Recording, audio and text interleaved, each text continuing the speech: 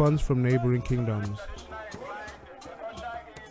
He is accompanied to his throne by notables of his village.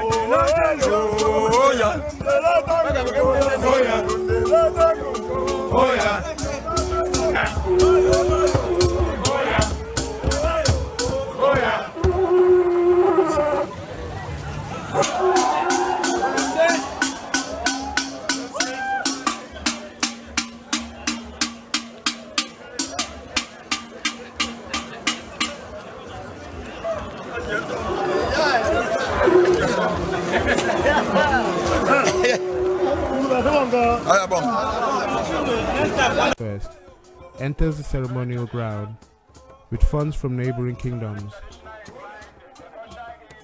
He is accompanied to his throne by notables of his village.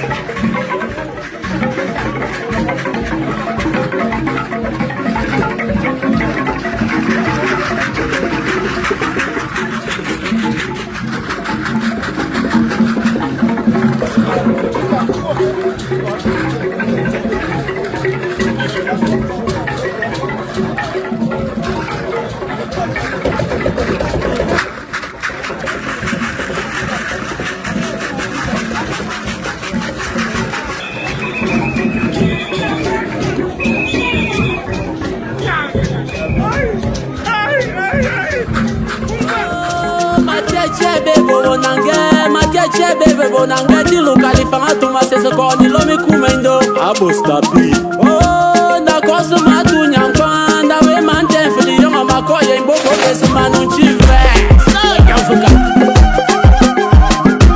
master on the beat ulai manange kaisi manange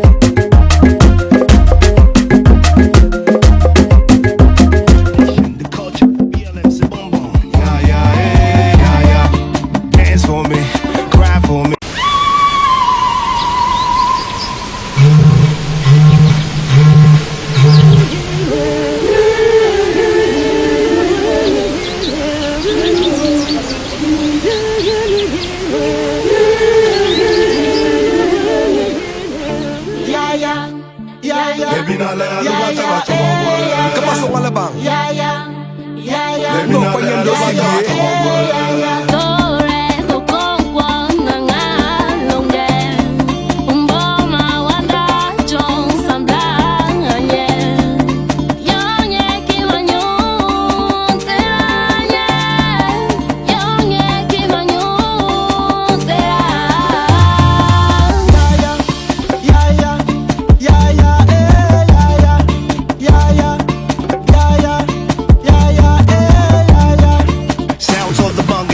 drums in my condo. Speak about the norms, I'm the voice of the people, the fundum, the kingdom, where everybody's welcome. And if you're coming back, then you're coming back to get some wisdom, custom, tum-tum, yum-yum. Yeah, yeah, hey, yeah, yeah. Tradition, the culture, the BLM, c'est bonbon. Yeah, yeah, hey, yeah, yeah. Dance for me, cry for me.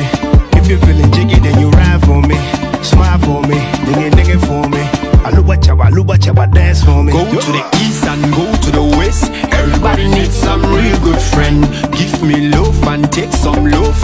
Everybody needs some real good friend. Go to the west and go to the north. Everybody needs some real good friend. Give me love and take some love. Everybody needs some real good friend.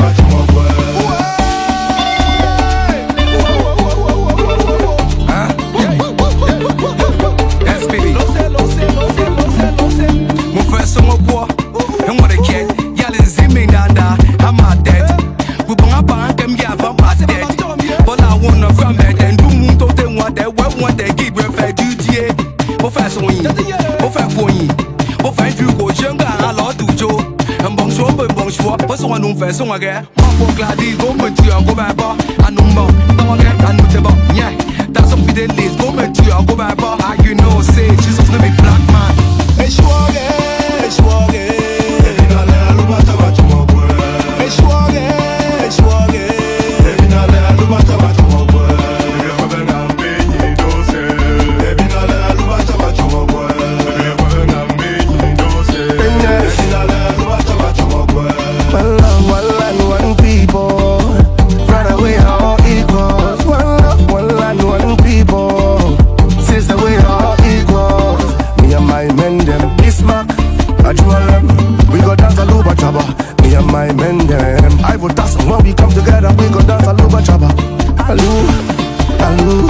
When we come together, we go dance a luba chaba. Alu, alu. When we come together, we go dance a luba chaba.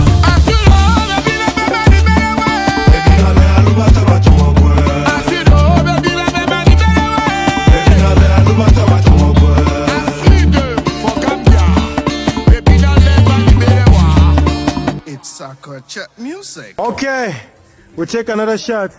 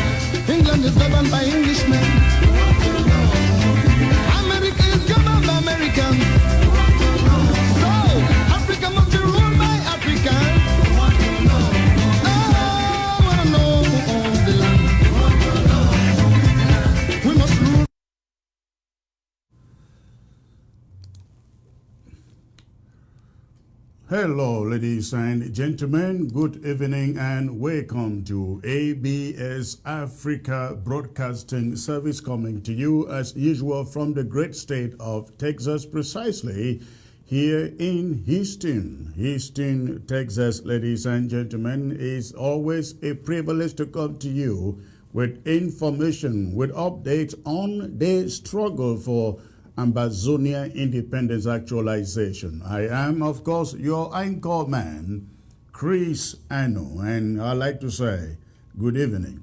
I'd like to welcome all of you joining in from around the globe, from Asia, from China, from the Far East and the Near East, from the continent USA, from South America, from Canada, even from Ukraine, Poland, those of you tuning in from Poland, and if you are still in war-torn Ukraine, thank you for tuning in, ladies and gentlemen. It's an exciting day to be alive, so much going on, both at the home front, and here in the diaspora. So much is going on as far as this struggle for Ambazonia's independence is concerned, ladies and gentlemen. We have moved within a few months, very, very few months, from an impeachment and removal of a president to electing and inaugurating a new president for the interim government of Ambazonia. Now, this is very important, as you all know. The interim government of Ambazonia is the engine, I call it the locomotive behind this Ambazonia struggle for independence. And today, we'll talk about, after impeachment removal, now we are talking about the hijacking of the National Treasury of the interim government of Ambazonia. I'm going to get you into those details. But before I get there, ladies and gentlemen, please go ahead as usual and quickly hit your share button. Quickly hit your share button. Let us see 1K on this screen within the next 5 minutes. We are almost halfway there. But please, if you are just joining, you go ahead and hit your share button. Let us get it to 1K very, very quickly. Now, while you do that, I'm not going to take any more of your time. I like to take you to a condo TT, ladies and gentlemen. I like to take you to a condo TT. I like you to take a moment. Look at this footage. Coming from a condo TT. This is the visit of Bernard Okalia Bilai,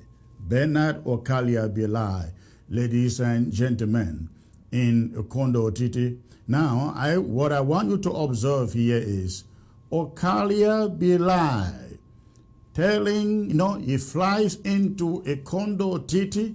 He doesn't leave the airspace. The airport, they call it what, the helicopter fee where he lands, he doesn't leave it.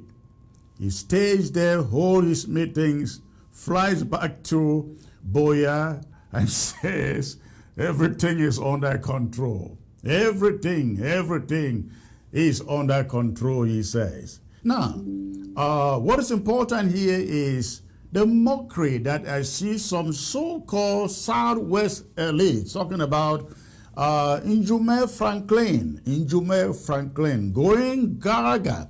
He puts an audio out there essentially going after Okala Bilai. But that guy is so stupid and cowardly enough, he will not dare mention the name Okalia Bilai. Ladies and gentlemen, take a look at this footage. City town was quiet and calm. This forest beneath is somewhere in a Kondo City subdivision, and many here hold that this vegetation below is covering the horror, which has been coming out more frequently, taking lives, of both administrators and civilians. Top officials have lost their lives here, and the people have been keeping record of their pains. The divisional officer for Ekondo Titi subdivision, Abolua Timothy, Menanji Kenneth, and 4 others have just been killed by separatist fighters. They were ambushed and hit at the entrance into Bikura, one of the villages of Ekondo Titi subdivision. They were on a socio-economic tour to the said village. Enough is enough. The government said the nation is touched, and Southwest Governor Bernardo Kaliabilai, General Eba Benua of the Joint Military Region, General Tunke Elias of the 2nd Gendarmerie Region, the Legion Commander for the Southwest Region, the Delegate for National Security for the Southwest Region, and the Commander of the 21st Motorized Infantry Brigade are on a special mission to Ekondo Titi, and Equinox Television is also descending to Ekondo Titi subdivision for information.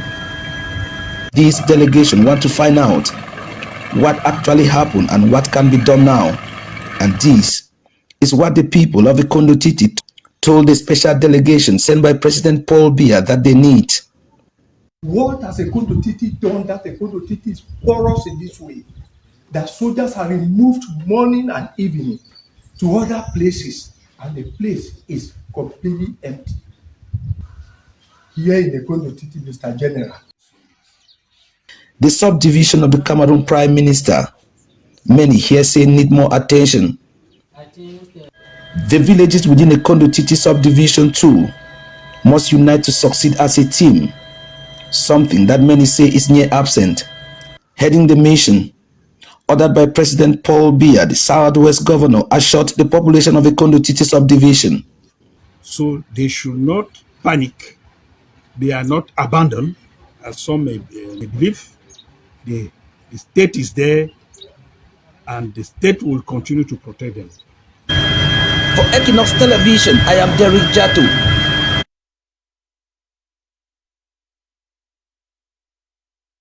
All right, ladies and gentlemen. Okalia Bilai says the people should not be worried. This state, and of course referring to the head of state, or the state will protect them. They cannot even protect their own officers, ladies and gentlemen. About 5 or 6 of them gone down by on train, Ambazonia restoration fighters, and they fly over to Ekondo Titi and land at the field, stay at the field, cannot even go to the scene of that incident, and they stay there and they tell the people, the state will protect you.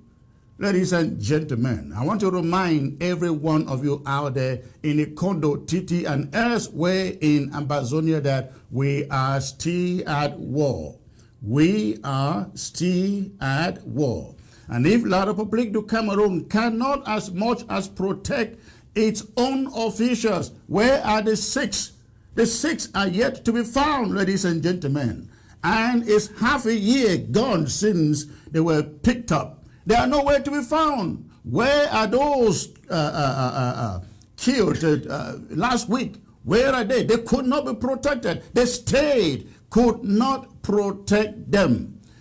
If Okalia Bilai, as we say, I think I should call it Okalia Delai. Okalia Delai. If Okalia Delai can fly in this luxury helicopter and land there in that small village, ladies and gentlemen, and lie to you that, the state is going to protect you. Fellow Ambazonians, take that with a pinch of the salt, because these are people who cannot even protect himself. Okalia comes there to Ekondo Titi, sitting in that little tent and looking like a guy who is really, really mad because of what has happened. He's pretending.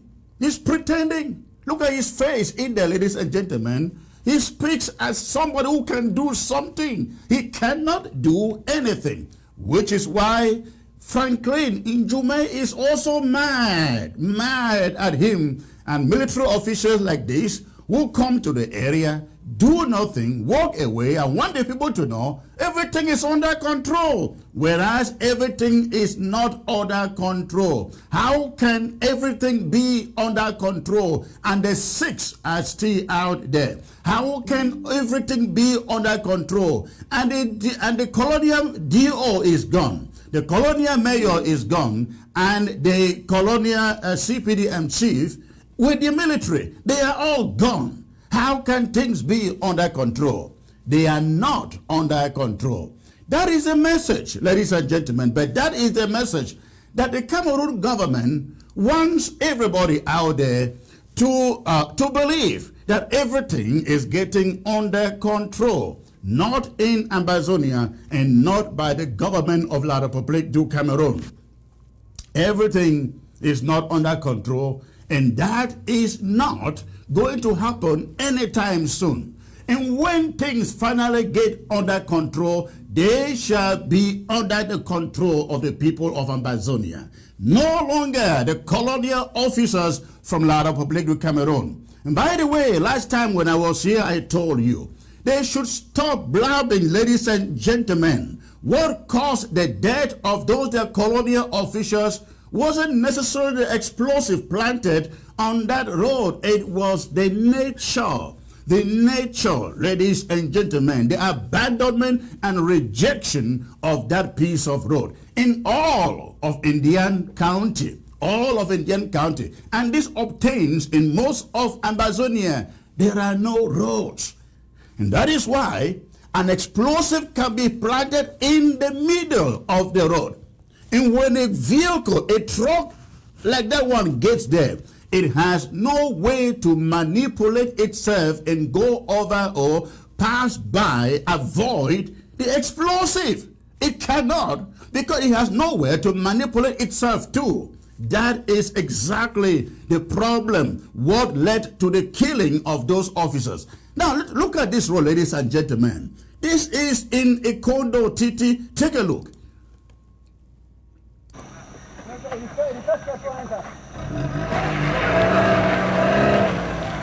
Again, this is the road to Ikondo Titi, ladies and gentlemen, from Kumba. That is it.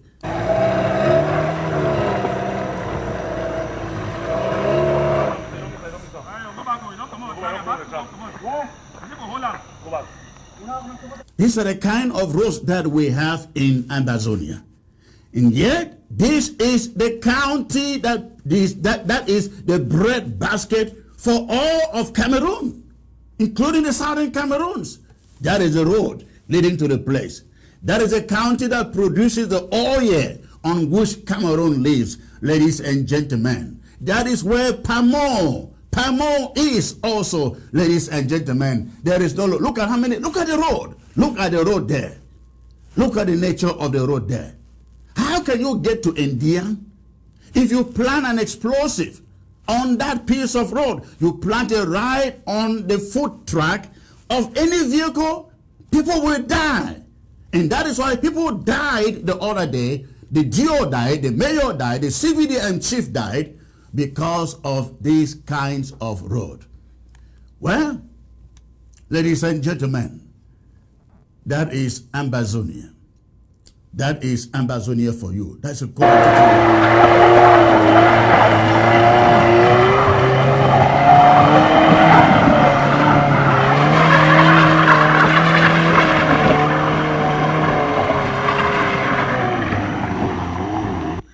All right. I'll leave you with that, ladies and gentlemen. I'll leave you with that. Let me take you to Ngo Ketunjia, ladies and gentlemen, where something is happening there. I take you to Ngo Ketunjia. This is some breaking stories that we are receiving from Ngo Ketunjia. This is what is going on in Ngo Ketunjia. A few days ago, I think it was Saturday, you saw an image of a general killed in Ngo Ketunjia. And the message in that audio is that the fighter or the commander was shot to death by FM No Pity. That the person was shot to death by FM No Pity. I have seen some people making audios and saying that, oh no, FM No Pity did not do that. I will say yes, he did not do that. However, we've gotten information that he did so. However, he did so in self-defense. He did so in self-defense.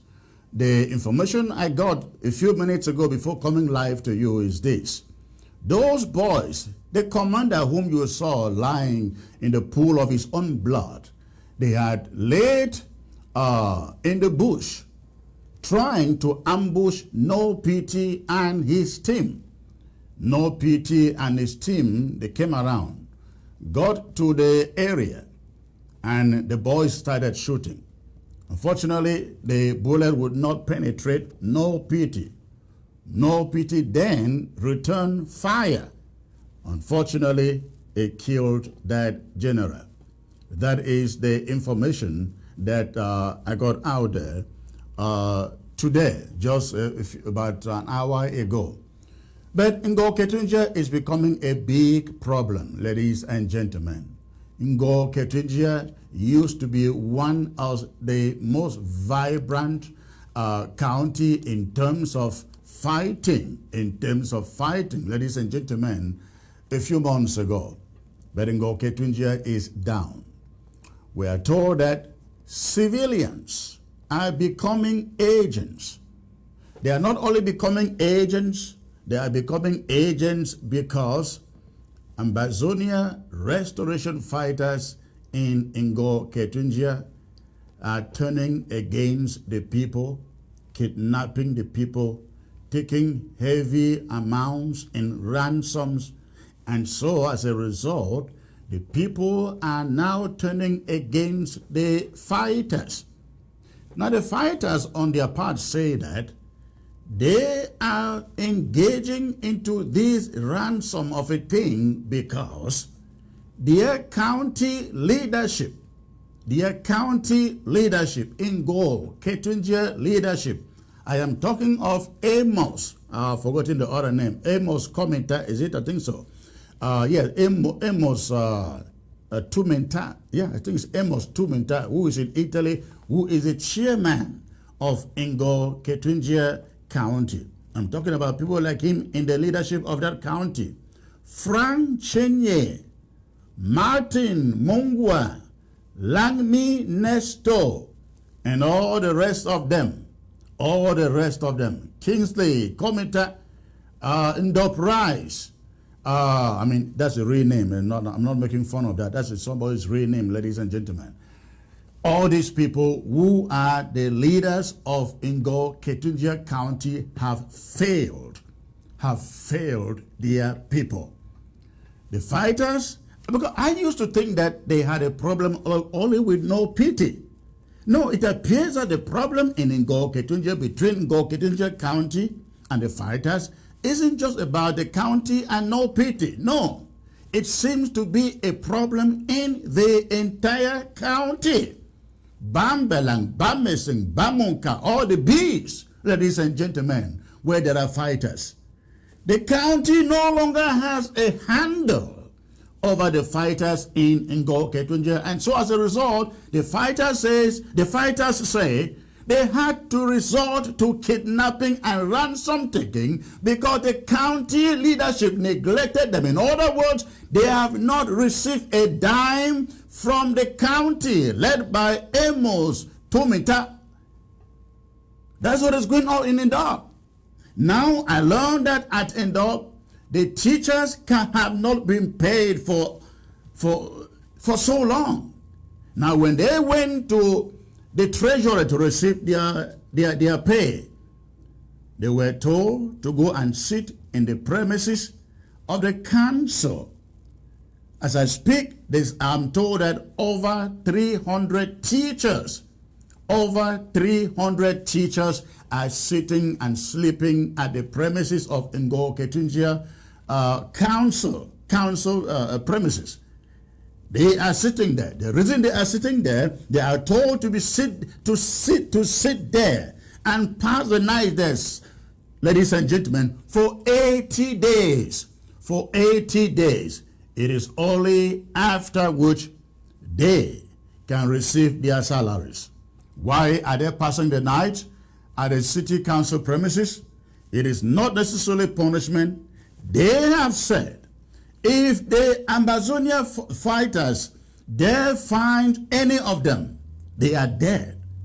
And so to protect themselves, they have to go sleep at the premises. Now, at the premises of the council, they are told, in order to receive their salaries, they have to be there for 80 days. 80 days. That means just to show themselves as being around and available. They want to go to the classroom. The situation in Ngo Ketunjia Ndop in particular is pathetic. And Ngo Ketunjia County chiefs should be held responsible. And these are the people who are still hanging around Sako, not because of Ambazonia, because of cryptocurrency and online affiliate investments. Ladies and gentlemen, this Bitcoin business started with Ngo Ketunjia guys. I'm talking about Martin Mungwa, Frank Chenye, and the rest. But their county is gone. Their county is gone. I have been told, in fact, that within the last 1 month, over 40 Ambazonia restoration fighters have been killed in the hands of one Bakari gendarme officer moved from Bambui to go and take care of Ngo Ketunjia. As I speak 2 days ago, they said 5 corpses were discovered in the petrol station in Ndop. I think they call it Total or whatever petrol station. 5 corpses of Ambazonia fighters found in the gas station in Ndop. Ladies and gentlemen, something has to be done. Something has to be done. For all of you who come from Ngo Ketunjia, you need to hold your leadership to account, or else replace them. They'll be replaced. Replace them.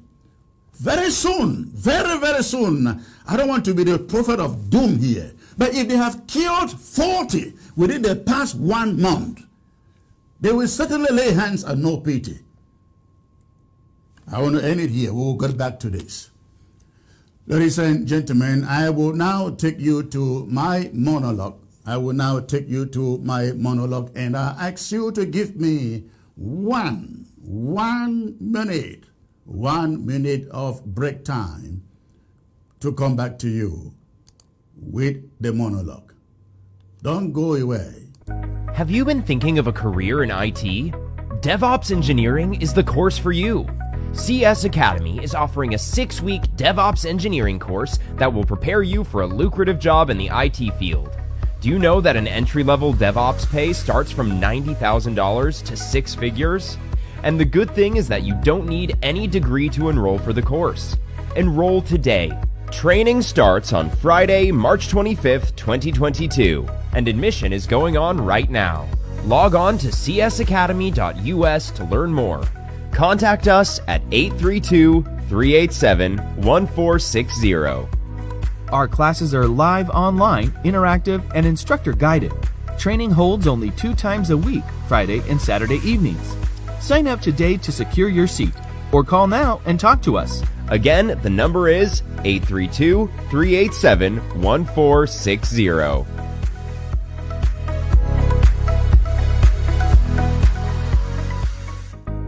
Have you...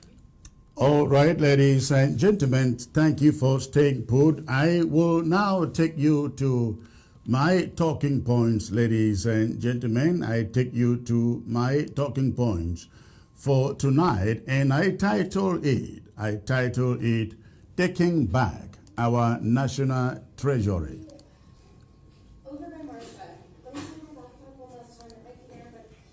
I am sorry about that, ladies and gentlemen. When thinking of a career in IT, DevOps engineering is the course for you. CS Academy is offering a 6-week DevOps engineering course that will prepare you for a lucrative job in the IT field. Do you know that an entry-level... pay starts from $90,000 to six figures. And the good thing is that you don't need any degree to enroll for the course. Enroll today. Training starts on Friday, March 25th, 2022, and admission is going on right now. Log on to csacademy.us to learn more. Contact us at 832-387-1460. Our classes are live online, interactive, and instructor guided. Training holds only 2 times a week, Friday and Saturday evenings. Sign up today to secure your seat, or call now and talk to us. Again, the number is 832-387-1460.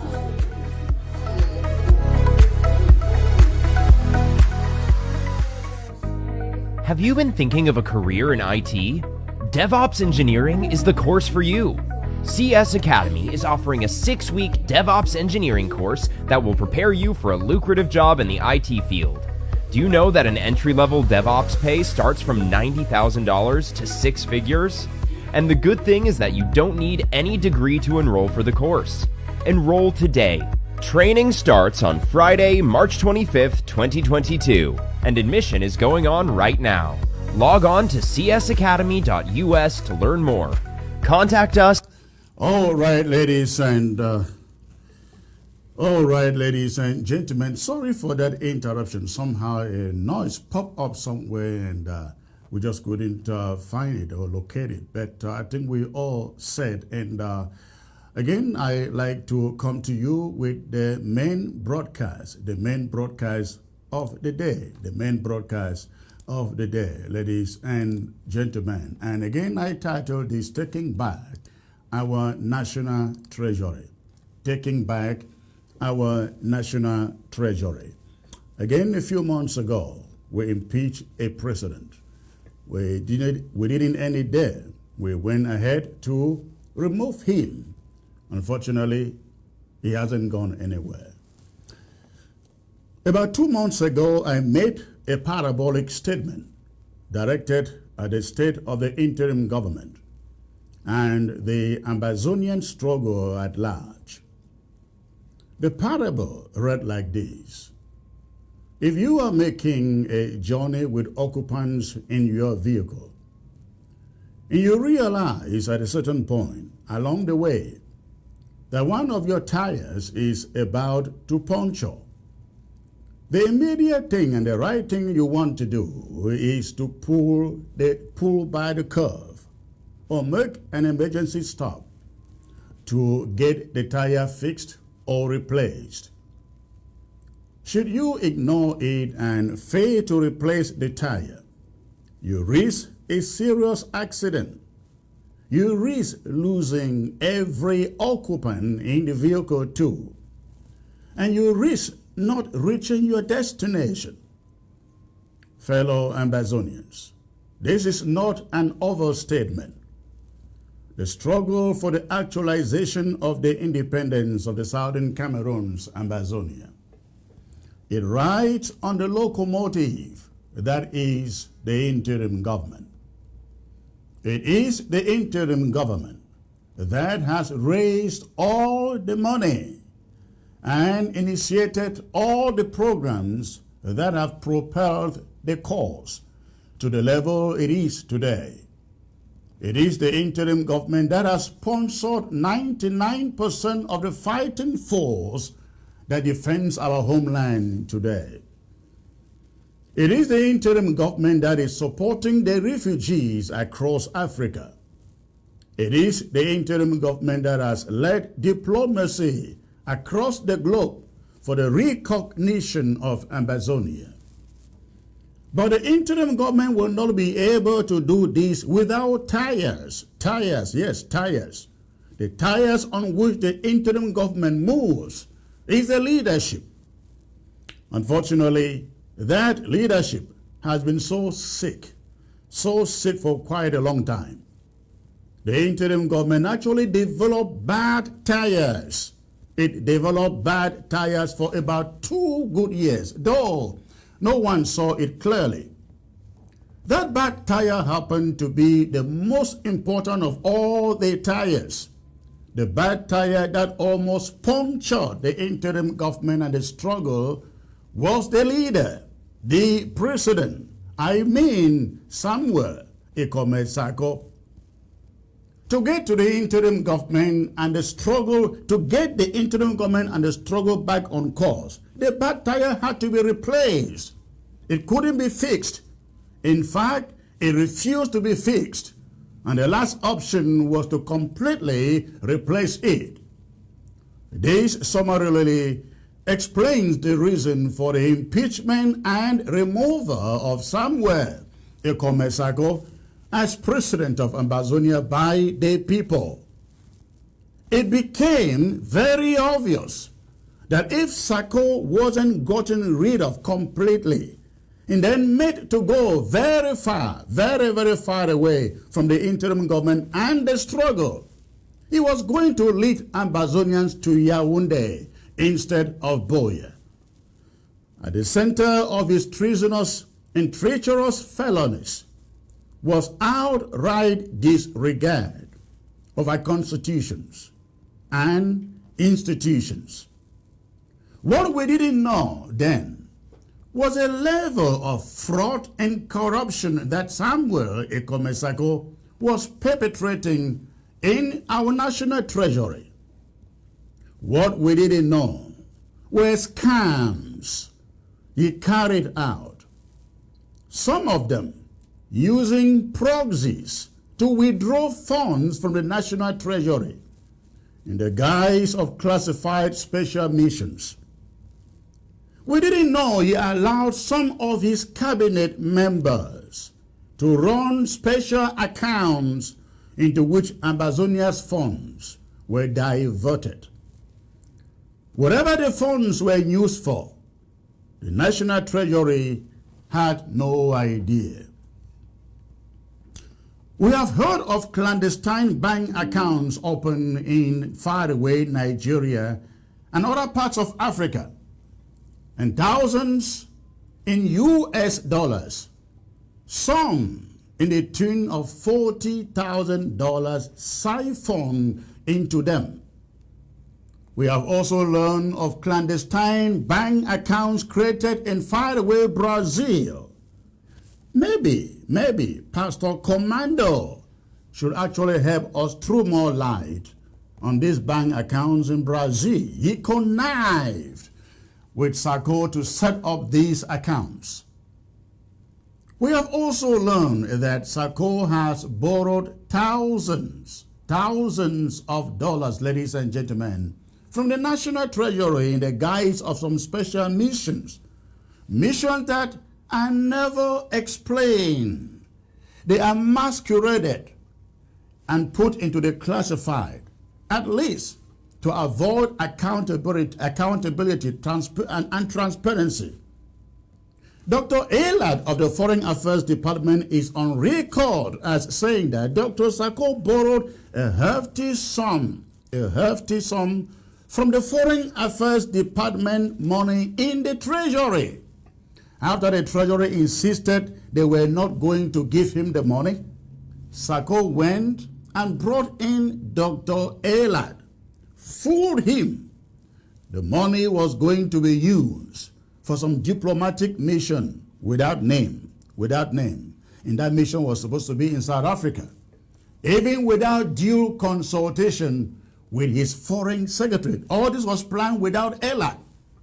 Dr. Elad trusted his president, however, like so many of us did then, I guess, and co-signed for the so-called loan. I don't know whether co-sign is the right word, but let me put it so for now.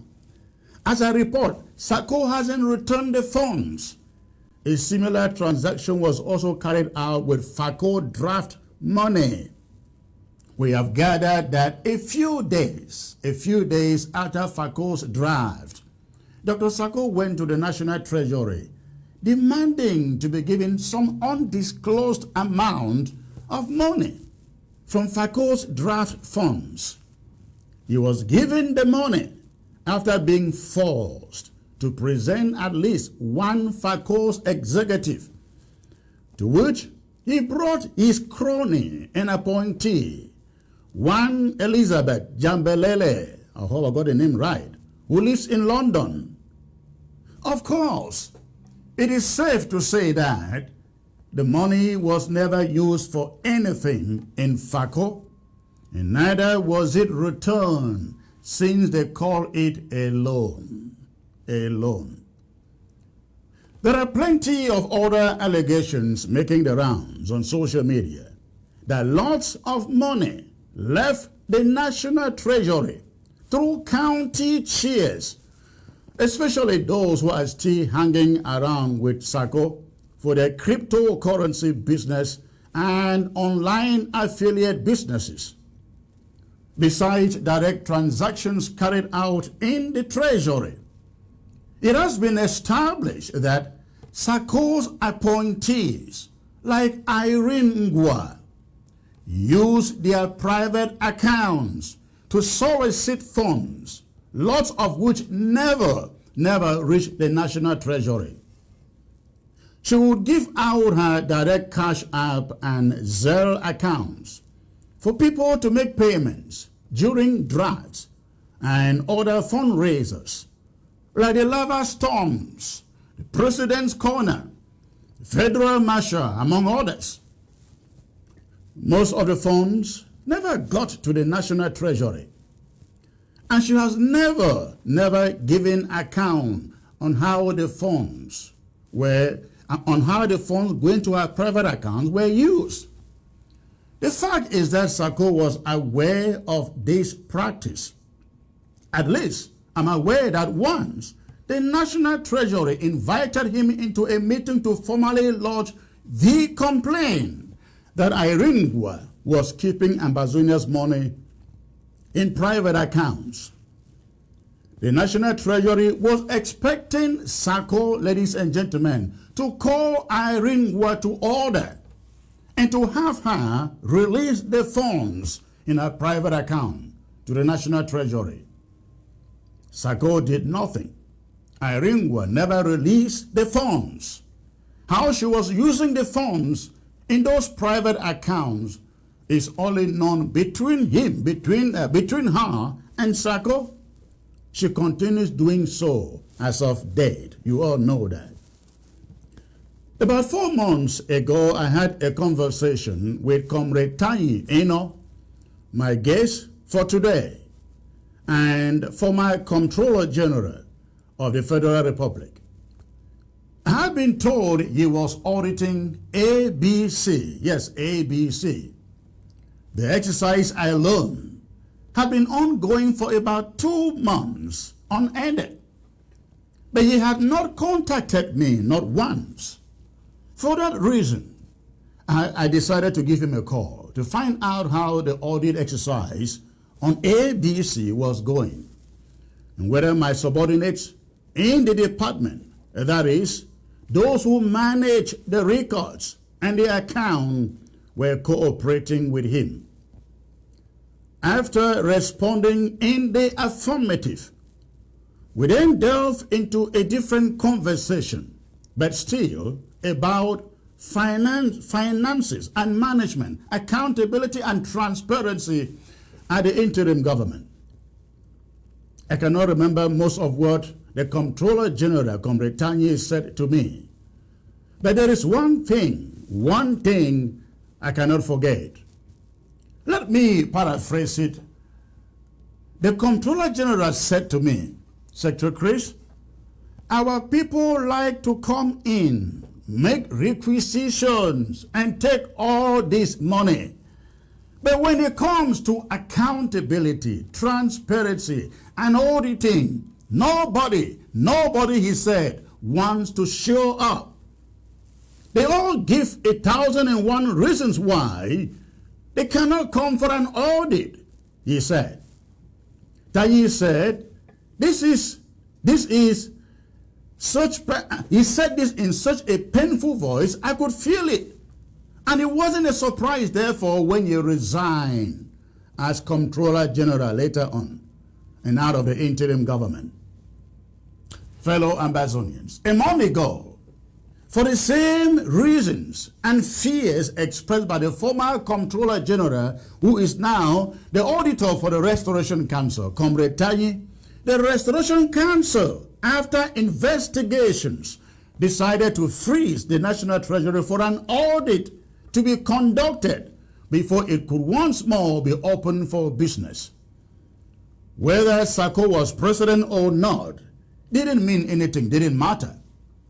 He was later impeached and removed for violating the Constitution while the National Treasury was still frozen and the audit ongoing. Sako despised the Restoration Council decision impeaching him and removing him. In an act of defiance but desperation, he crafted a statement dissolving the Restoration Council. Of course, he lacked the powers and the jurisdiction, even if he had not been impeached, with which to do so.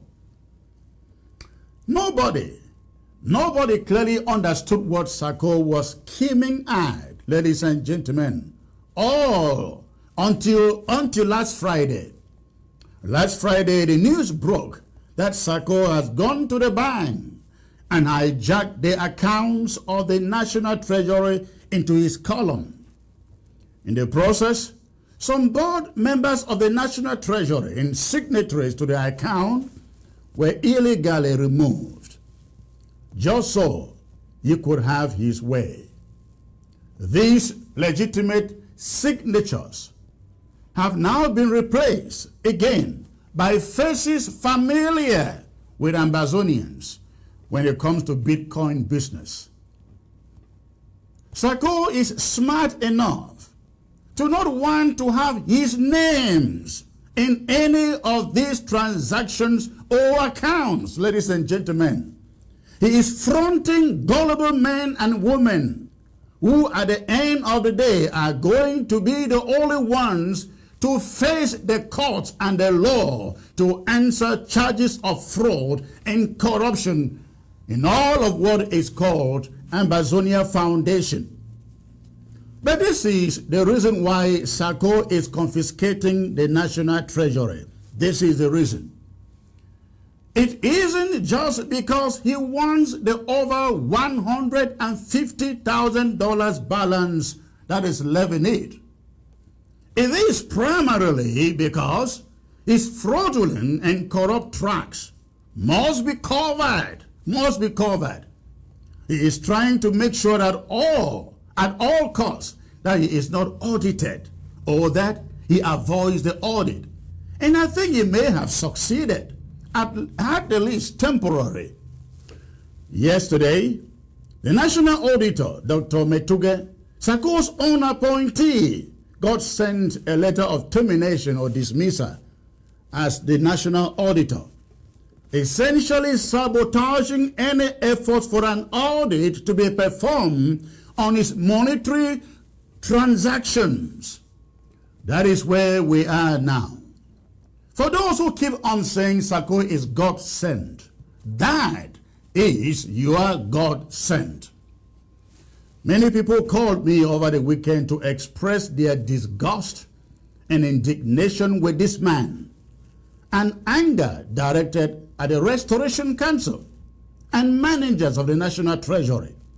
They felt very frustrated that Sako, the bad tire that should have been replaced long ago, continues to pose a danger to our journey to Boya. Right now, every Ambazonian is mad, really mad, and rightly so. But what good is this madness if it is not translated to something productive? The Restoration Council only killed the snake. It didn't cut the head. Now is the opportunity, the time to cut the head and bury it for good. This news of Sako hijacking Ambazonia's money is one bad news, but smart people must see it as the opportunity badly needed, ladies and gentlemen, to once and for all obliterate everything that is Sako in this struggle. Every Ambazonian who has given a dime to Sako and Iringwa, you are free to sue them or to call for an inquiry through the Secretary of State's office in the state of Maryland. Let them know you need these people, including Victorine Yagne, Fight Monono, Abuno Ikwe, and Mildred Chi to be subpoenaed and investigated. We must set these examples, ladies and gentlemen, now, today, no matter whether we recover that money still left in the treasury or not, so that nobody never again tries to hijack the people's money. And that is, ladies and gentlemen, my talking point. Now I now bring you the person who knows these transactions, ladies and gentlemen. I am here referring to Comrade Tanyi Eno. Comrade Eno served as the Comptroller General of the National Treasury for quite, I think about 1 or 2 years. He was the Chief Comptroller over my trip to Boya. Actually carried out, I think led the audit. And a few months ago, he resigned and said nothing from the interim government. After the hijack that I am here reporting, he is now willing to come forward to tell us what exactly has been going wrong in the National Treasury all these years. Comrade Tanyi, it's a privilege to have you, sir. I think it's good afternoon there, yes.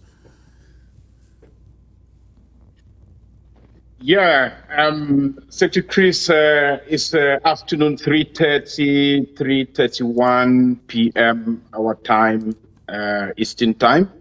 Thank you so much for giving me the opportunity at least to talk to the Amazonian people.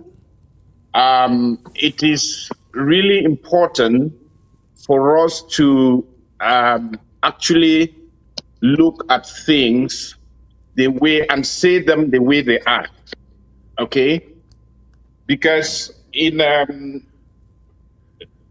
when we had my trip to Boya, we actually came together to do the audit. Okay. And we hardly come out as auditors to talk on media. Since I think almost after my trip to Boya, you haven't seen auditors coming and talking on the TV. We like to do the work at the background. However, when you see us coming out, then it means there is trouble. And we are coming out to say the truth and nothing but the truth to the Amazonian people. Thank you, Secretary Chris. Thank you, Comrade Tanyi. We would like to take this very surgically, very surgically, so that the audience understand what is at stake here and how far we have gone. Now, you called me, as I made reference in my monologue, you called me, I think that was about 4 months ago. I had learned that ABC was being audited and you were doing the auditing. You had carried it on for, I guess, about 2 months. I never had a call from you, being head of the department. I called you, and we went into other things. And you said to me, Secretary Chris, we have a problem in this, our leadership in this interim government. People are zealous to come, make requisitions and collect money. When it comes to accounting, to transparency, nobody is willing to come back and give accounts. Now, a few months, I think about a month after that, you went into a meeting called by the Restoration Council, got so emotional, you cried, you wept. I mean, literally, ladies and gentlemen, I wish I had that recording here. I just couldn't have enough time to go ask for it. But you literally cried, wept in that place. What was going on with Ambazonian leadership, with how money was being spent in the National Treasury without any accountability. Can you walk us by, give us the background of what has been going on in the National Treasury before you're walking out, please? Well, Secretary Chris, the discussion that I wasn't too happy about the things that are going on amongst ourselves, I asked the question, why did we actually get into this when we know exactly that, we cannot take it to the logical end? What does that mean? That means that we actually go seek for funds, get funds, and we do whatever we want to do. When it comes to accountability, transparency, nobody is willing to. And this, for example, was a meeting that we held with on Sako. That was on Sako. Yes. When I was asking the questions, why are we actually doing this? Simple things that you can come, because it is a little bit technical here. The technicality of this is because the way things work and the way we do things, the audit is not like a normal audit. So we have to go in from a different perspective and a different way of looking at if the transaction took place, and how is it accounted for, so that people are not, willing to cooperate. And that made me, to actually start giving up. But where I finally dropped, the ball was when I just realized that, as in the Central Treasury, most of the transactions are not coming directly, there were some technical things behind that I and you cannot see. What that means is, for example, Secretary Chris, you may need,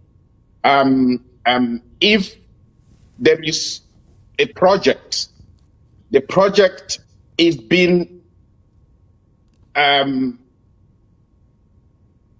if there is a project and the project, somebody doesn't even know what the project is, but the project is brought by the president, and the president will pass through a person to come to the Central Treasury and raise a requisition, and then the Central Treasury will pay out, because the signatures, the people who are supposed to sign the signatures, the president is among.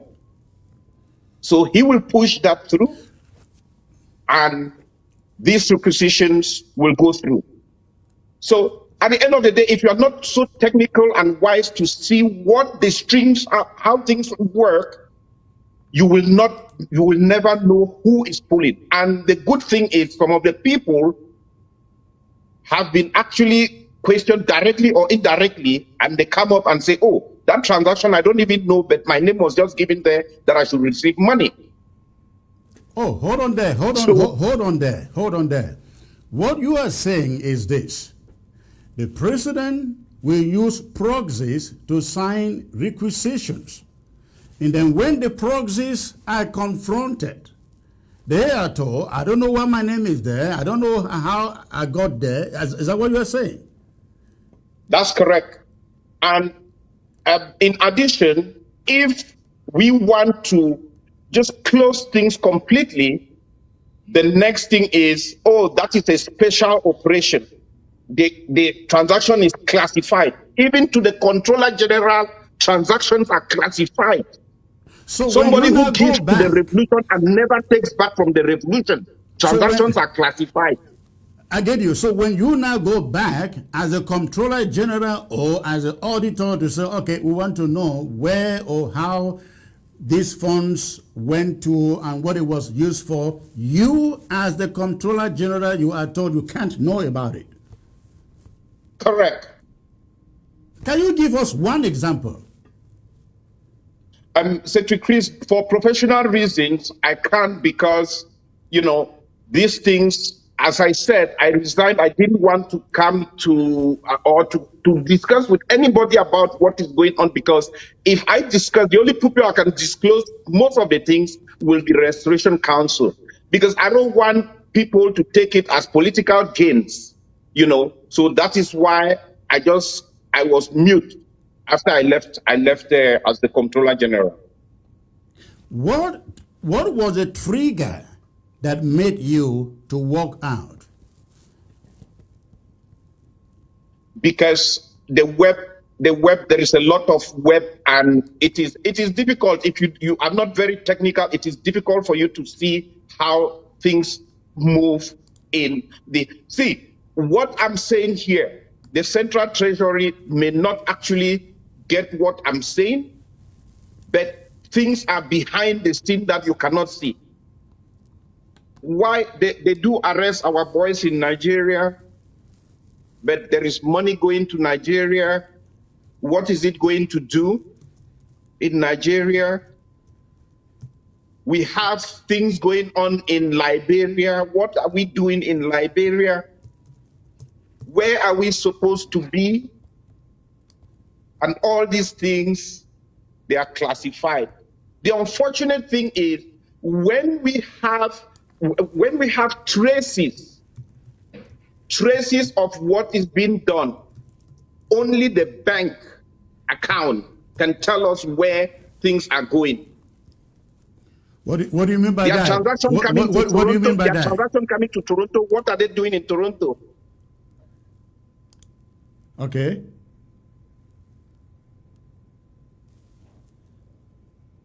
Okay. Can you hear me?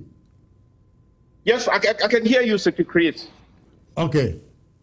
Now, you talk about money getting into different places, Liberia, wherever. The question that people will have for you as a Comptroller General and somebody who is working in the Treasury is, how do these things happen? How do they happen to the extent that none of you is aware of it? No, Secretary Chris, what is happening is at the level of the Treasury, when requisitions come in, the requisitions are approved by the final approval will be the President or the VP. If they are approved, those requisitions, they go through if there is money. So that is the process. They, at times, the Chief Treasurer or the Treasury, the Treasury, what is it called? SOS Treasury or so. He will actually hold back on the Treasury. Yeah, he will actually hold back on some of the requisitions and even try to ask questions. Why what transactions or something, but he will come under serious pressure. There will be pressure on him that you have to release, See, to be honest with you, we actually need people who have the heart of our people. The heart of our people. Because what I've seen before walking away, or what I've seen, we have people who will always talk about Ambazonian, but you know what? They don't care if people are dying or, they don't care. Because if they care, they will actually be spending our projects. If you look at our projects, we have not executed about, say, 20% maximum will be executed. However, 100% of the money is spent. Why? Why? They sign everything. Oh, it's the project. This is the project. They sign everything, And at the end of the day, what happens? Only 10 to 15%, can you maximum give 20%. us some of those, mention some of those projects that you have in mind? Secretary Chris, since we are under audit, most of those things will be actually discussed because individuals will be invited on a project by project basis to discuss with the Restoration Council, and questions will be asked there. Because some of these things, I mean, people may look at it like just on the surface, but there is something very deep behind. Because if I say this is the project or this is the project, it's good for us to hear from the people who control the project. What actually did you implement? What are the learnings? What did you achieve? And how much did you spend? You will see a project that they will tell you that project we spent almost about 100,000, and you will laugh. You know, so that is why it's good for us to discuss this, where the individuals who are heading the projects are being invited. This, we are talking about money around the Central Treasury. We are not talking about money that is at the level of the counties or the LGAs. We are not talking about those monies. We are talking only around the Central Treasury. But the money that is in the Central Treasury is the county's money. Then we have the CID money. We have the 20%, and we have the president basket, isn't it?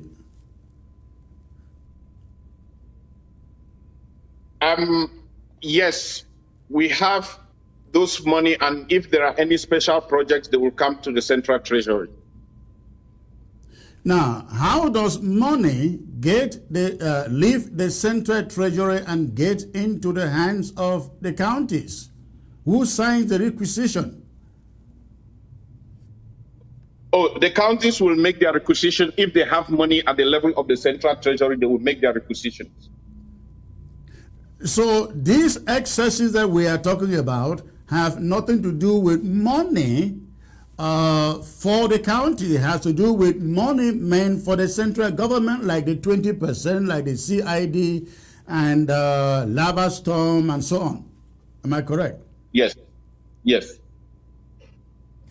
Let's go back to you are talking about the audit which is going on. We're going to come to that, but let's go back to the audit that has already taken place, which was my trip to Boya.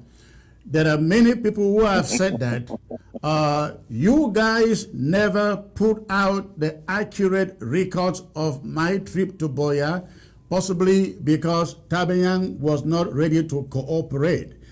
Is that a statement of fact? Well, Secretary Chris, you see today what is happening with where we find ourselves is because we missed the opportunity to actually get to the truth. We all know in the report, I mean, everybody, it was shared that Helen Akunji, Kalej Bongo, and Tabenyang did not come for the audit. Just imagine that Tabenyang came for an audit, and just say to the auditors there that, Mr. President, or I can say former president, or Dr. Sako, I gave you this amount of money. I gave you the credit card, which I wasn't happy the way you spent the money, and I had to take the credit card back and cut it. You've spent this amount of money. Explain to the auditors what actually you spend the money on. It would have been game over. However, we invited the then president 3 times just so that we can understand things, and hoping that Tabenyang can come out, but Tabenyang did not come.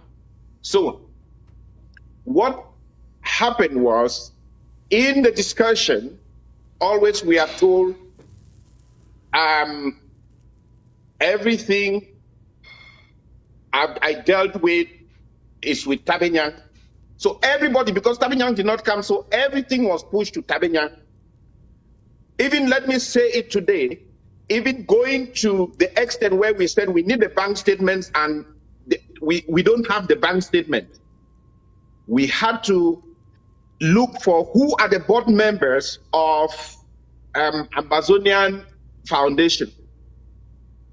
Mr. President was added there as a member. And we went ahead and said, okay, in order to avoid these difficulties, is it possible for you as a board member to write to the bank and ask the bank to give the auditor the bank statement? He said he doesn't know that he is part of the board, but today he's using those powers, you know, he's using those powers and still passing through people to do when an audit is going on. He has to take the treasury. This is not because Tabenyang did not. So we missed that. But this opportunity where Richard is cooperating with the auditors, we are not going to miss it. So essentially what you are saying is, had Tabenyang come out, cooperated with that audit, you would have gotten a different report from what you put out then. It would have been game over. Now let's talk about the current audit that's supposed to be going on. Now, Sako hijacked the Treasury, change the National Treasurer, who is Richard, replaced him with Victorine Yanni, Faik Monono, and one Abono Ekwe. Now, he did this in the kind of a coup d'etat, I will say. You have been in that treasury for quite a long time. Tell Ambazonians whether what he did, we know he has been taken out of course. He is no longer the president of Ambazonia. He is illegal. He is illegitimate.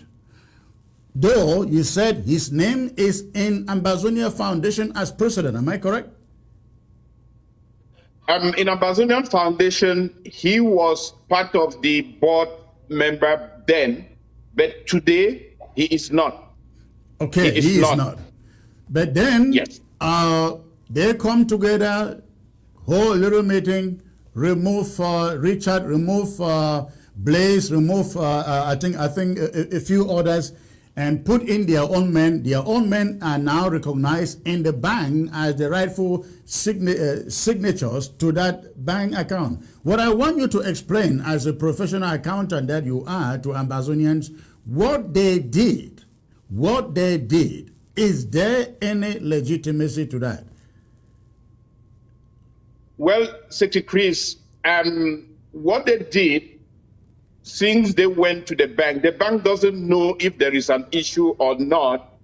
They went there to the bank and they put in a resolution from the board that these are our new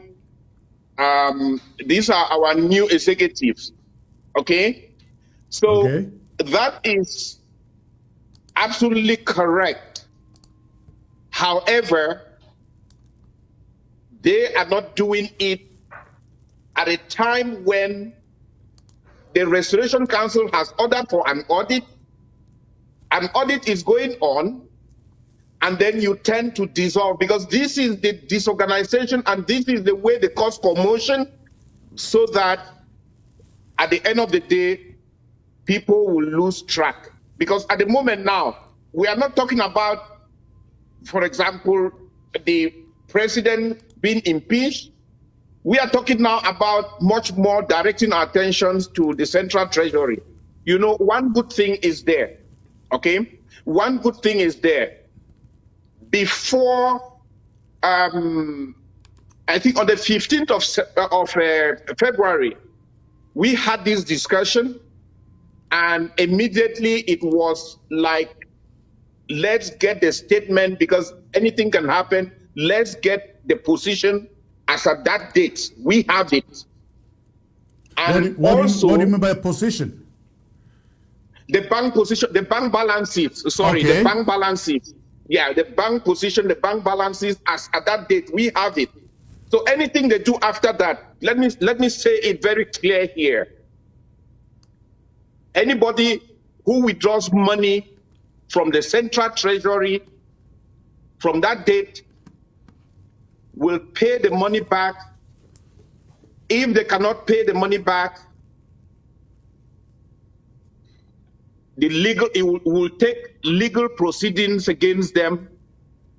You can remember when Thibault Nash said they cannot arrest Ambazonians who are in the United States because they've committed no crime. However, today, we are going to make sure with the audit report, if we did not produce that audit report, we would have been, they were asking for that report and we produced a report. So today, we are still going to write and tell legally, we'll do things legally. However, we are trying to resolve the matter at the level of the bank and telling the bank. So that is what is going on at the moment. But the worst case scenario is we are going to make sure that some people, because of that money, some people will be landed into prison. Because what they did is a coup, which they know that an audit is going on, and they go ahead to replace people who are actually, they are hand clappers. They are clapping for them always. That is what they did. I told Dr. Sako from the first day that, Dr. Sako, I am not I'm here for the Ambazonian people. I'm not here, I look things objectively. I'm not a politician. I don't like propaganda. Tell me the truth. But he keeps on telling me things. I went to Brazil. They said they will help us. That is the reason why, we have to do draft and all the like up till today. Has Brazil helped us? What have they helped us with? They are going to support us and everything. All those things, So let me say it, that we have to be very, very objective, say things the way they are.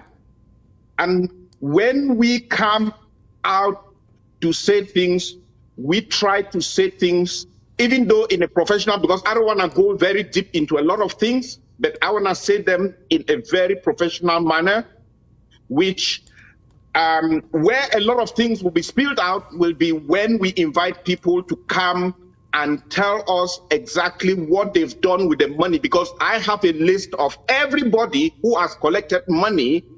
What did they do with the money from 2020 to 2020 and 2021? What did they do with the money? Now, when you talk about collected money, are you much more inclined to the county chairs or county executives or cabinet members or cabinet members, including the president then, or what? Oh, concerning the president, then, the president, even the stipend that is being paid, I think his rent or so, doesn't go to him. He goes to his wife. So right, nothing. That is one thing. That is one thing I have said. Go on. So those things, we have to be very careful. If we are not very technical with this thing, I will say that, what do I want to say?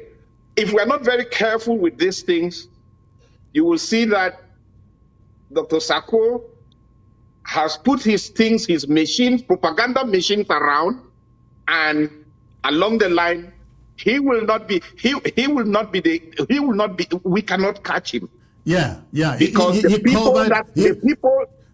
he covered his tracks. That's what you mean to say. Exactly.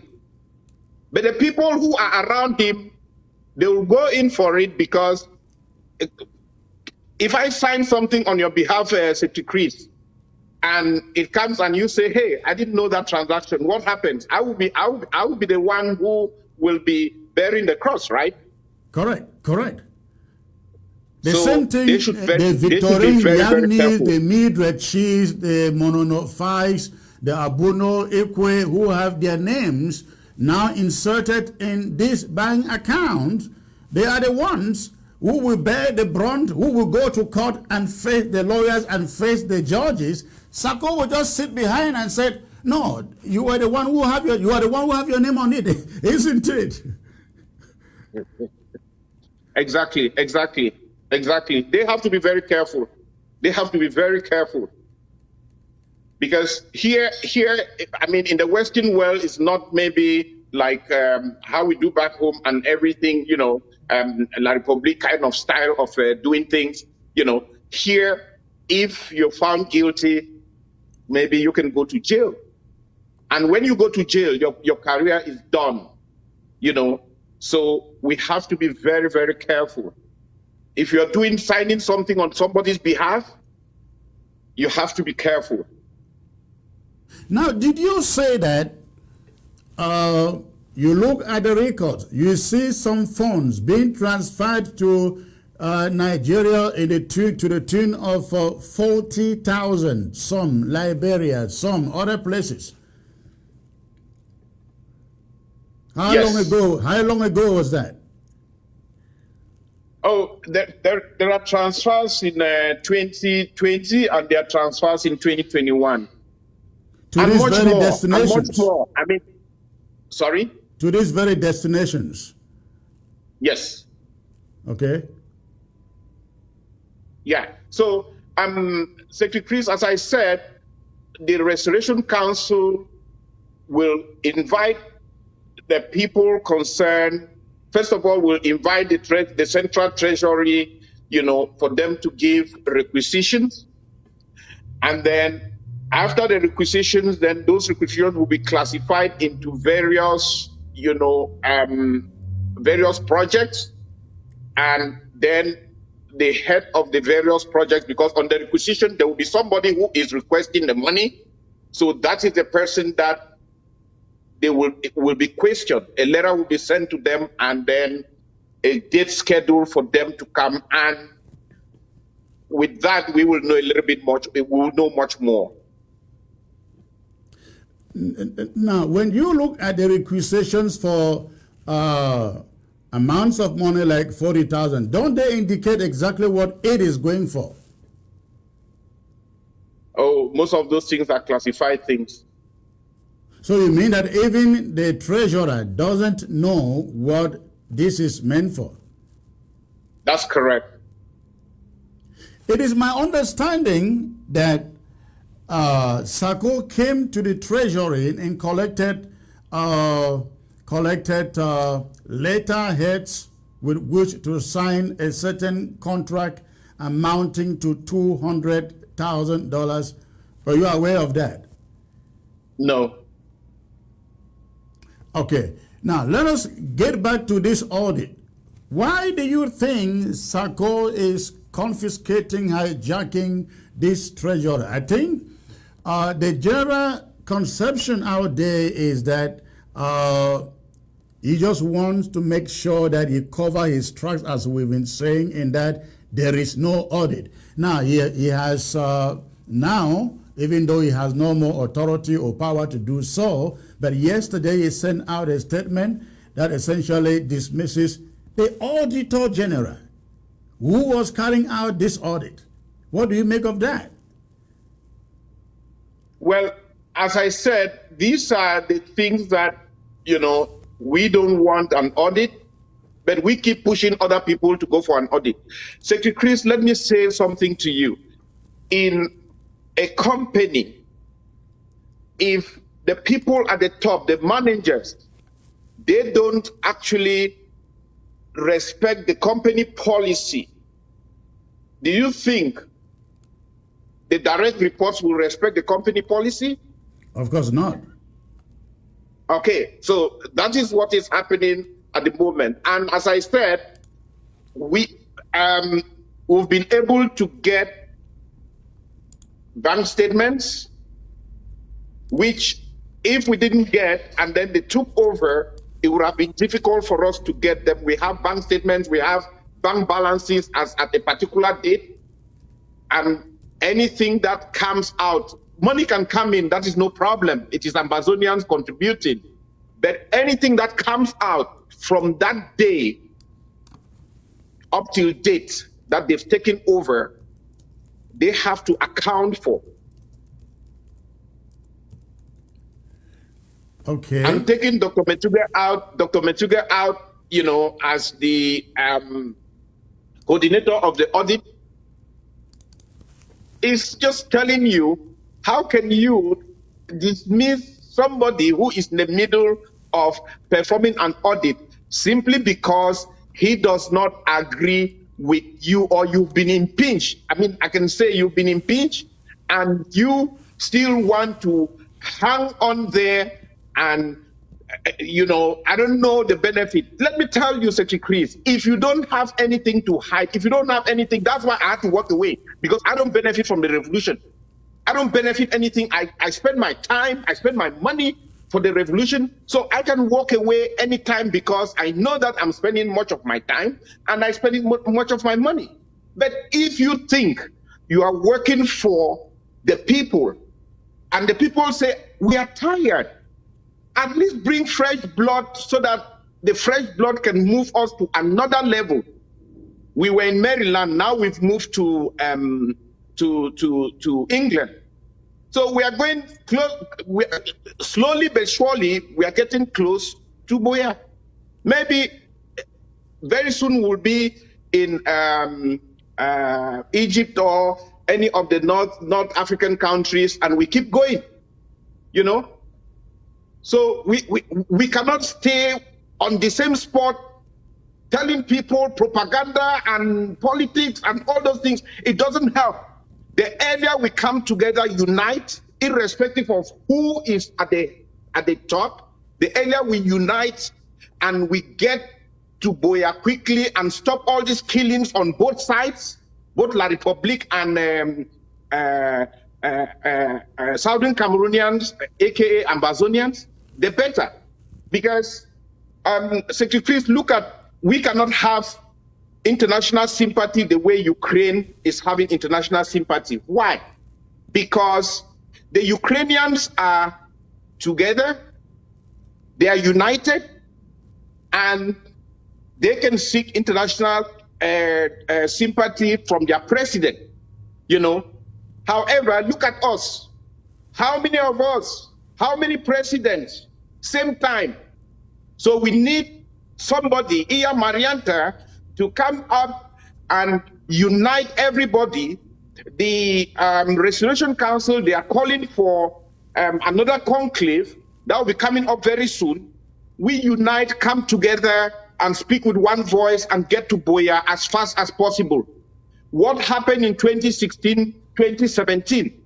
We should be able to bring that momentum that we had in 2016, 2017, support Iya Marianta, our new president, so that she can, you know, bring unity with all groups, whether it is Ayaba, whether it is Akwanga, whether it is Bohebed, whether it is Sisiku, you know, bring everybody together so all that right. we speak Before with one we voice. digress, thank you. We will quickly. talk about that on another occasion. But before we get there, we have heard about this money, loaning of money at the National Treasury to Sako.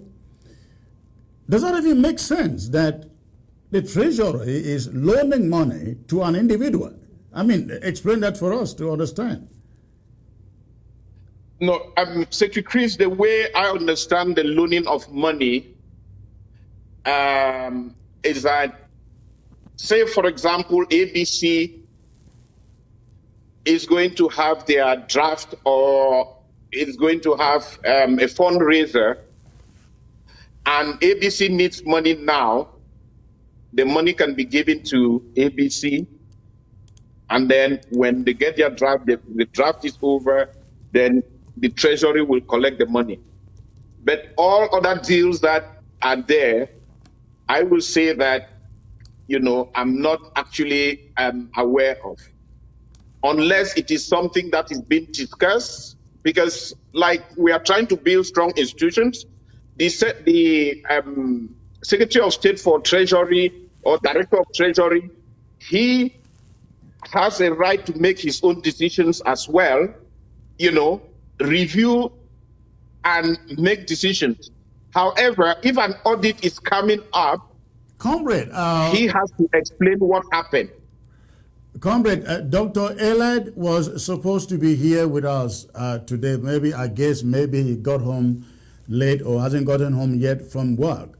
But this is my understanding of the loan that was taken from the Foreign Affairs Department, their money in the Treasury, and loan to Sako.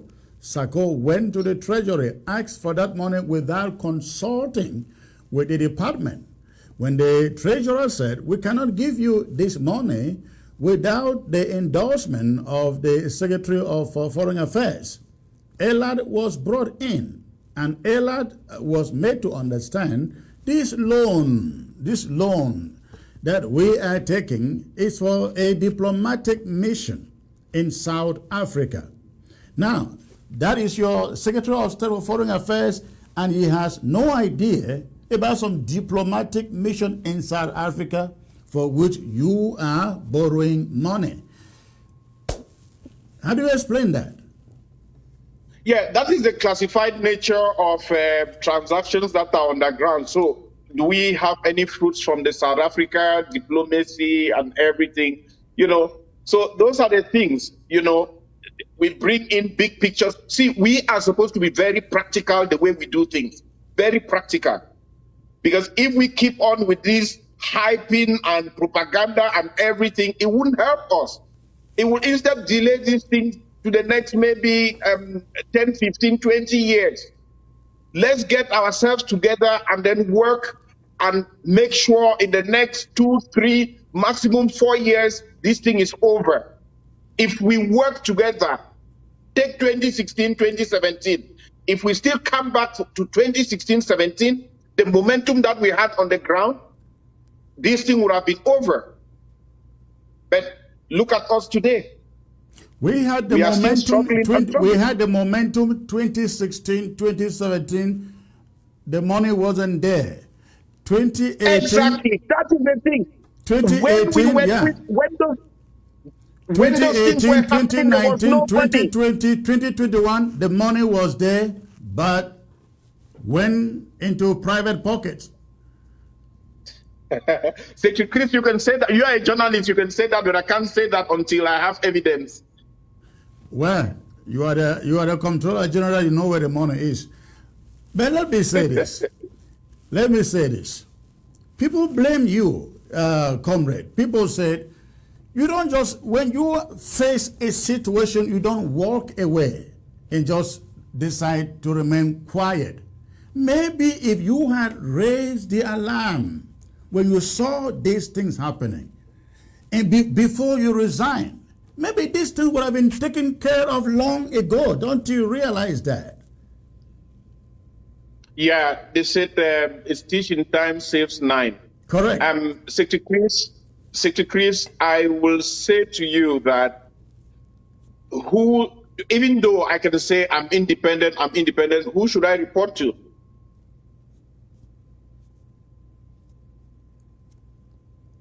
That's an interesting question. But then within the board of directors at the Treasury, couldn't you take a decision? I understand there was actually a time you guys called Sako, sat on the table and told her Irene Ngwa is having some money in some private account and we need her to bring that money into the National Treasury, isn't it? Okay, what transpired there was that there was an issue between when Ma Irene was appointed and her transitioning into her office, So we had a meeting. She said she needed access, and I actually told the SOS Treasurer, Secretary of State of Treasury, that yes, give her access, it's her right. She needs access so that she can do her work. So along the line, things came to a point, there was a lot of arguments and everything, and things came to a point where it was brought to our attention that Irene, by the Secretary of State for Treasury, that Irene has a separate account, and she says she raises the money for the president. As I said, if you are in a corporation and something is up there, you don't follow the policy, then, your direct reports will not follow the policy as well. So the president heard, and he was quiet. It's like, you are raising money for me, so it is okay. And but I we understand. Said they should put the money, we said they should put the money back into the central treasury. Yeah, put the money to the central treasury, because if she's raising money for the president, that is not a problem. But that president is the president of Ambazonia. If you raise money for the president, it should pass through the national treasury, and you get the national treasury to pay the president, isn't it?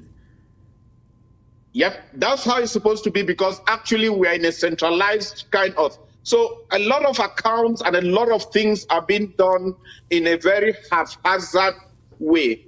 Even when we have like a fundraisers are being done. A wants to do fundraiser, B wants to do fundraiser, and there is no order there. And when the money comes in, at times it goes into private accounts that we don't know. We don't know what we don't know. We cannot police everybody. We cannot be there to know exactly what people, somebody can say, oh, this is the new account for, like, for example, we can be sitting here and saying, oh, this is the new account for Ambazonia. After all, the person that is donating doesn't know that there is a separate account. There is a national account. You can give them any account and then they do anything, whatever they want to do. The point is, all Ambazonians, they should know that they have a central treasury, and they should direct their money to the central treasury rather than maybe directing it to individuals, because that money will never reach where they intended the money to reach. Now, I understand that at the moment you invited Sako to let him know that Irene was keeping this money in the private account. There was some other $7,000 or $8,000 in there. And up to today, nobody knows how that money was used, because it never got into the national treasury. Now, you raise a question, but what could I have done? What could I have done? Why didn't you raise an alarm to the Ambazonian people? Secretary Chris, the point is, I can't actually, when I discussed with the president and I start finding myself in a very, very difficult situation, the best thing I can do is I will leave, and, I left. I had to resign because I don't want any confrontation with somebody. We have to live with the truth. I don't like propaganda. I don't like politics. People keep on politicking here while other people are dying, and they do propaganda, politics, and lies. So I don't want to be part of that, because if I say that I'm going to do that, I have to do it, irrespective of. However, when I see that maybe nobody wants to cooperate, nobody wants to, everybody wants to do their own thing, then it means that there is a big problem. And when I left, the Restoration Council Chairman Elvis Cometal said, hey, you know about this and all the like. I want you to support the finance committee of the Restoration Council so that you guys can go through an audit. Let me say something to you. If I wasn't part of this, most of this information would have gone forever, and most people will not know. Is there any possibility with the records that are left behind in what Sako has hijacked that you're going to lose any of the records that you will need at this audit? I will say no. But anything after a certain, after, let's say anything after February the 15th, we may lose that, but we are going to get it back. We are going to get it back. Well, we may not have the information. If you lose it, they get hold of it and distort it. Some information is gone. No, Secretary Chris, it's not like that. They cannot distort, because with this, where we stand at the moment, letters will be written to the bank by people who have access by the Treasury board. They will write letters to the bank, and any dime or cent that leaves that account, the person who removed the money will be accountable for that money, even if it means their private property will be sold so that they recover that money. It will be done. Now, you can imagine that every Ambazonian out there is very, very mad at what has just happened. Is there anything you feel they can do? As I said earlier, Secretary Chris, we have, first of all, let me come back here. When Sisiku was actually impeached, Dr. Sako was put into office. Dr. Sako's term of office came to an end. And then he couldn't leave power to the next, or he couldn't conduct elections. If he came and then the Restoration Council said, okay, your candidate is here and they should vote, and they voted him, it would have been something else. But he refused and started dissolving things, and, you know, so it was good to impeach Sisiku. It's not good to impeach Sako. What do you mean by that? All these things, you know, why are we, you know, we say we are strong institutions, we have strong institutions and all the like. Let me ask you a question, Secretary Chris. When Donald Trump left office, did the Central Treasury, did he carry the Central Treasury with him? Of course he couldn't. Absolutely no. No. That is the strong institutions that we are talking about. That is the strong institutions we are talking about.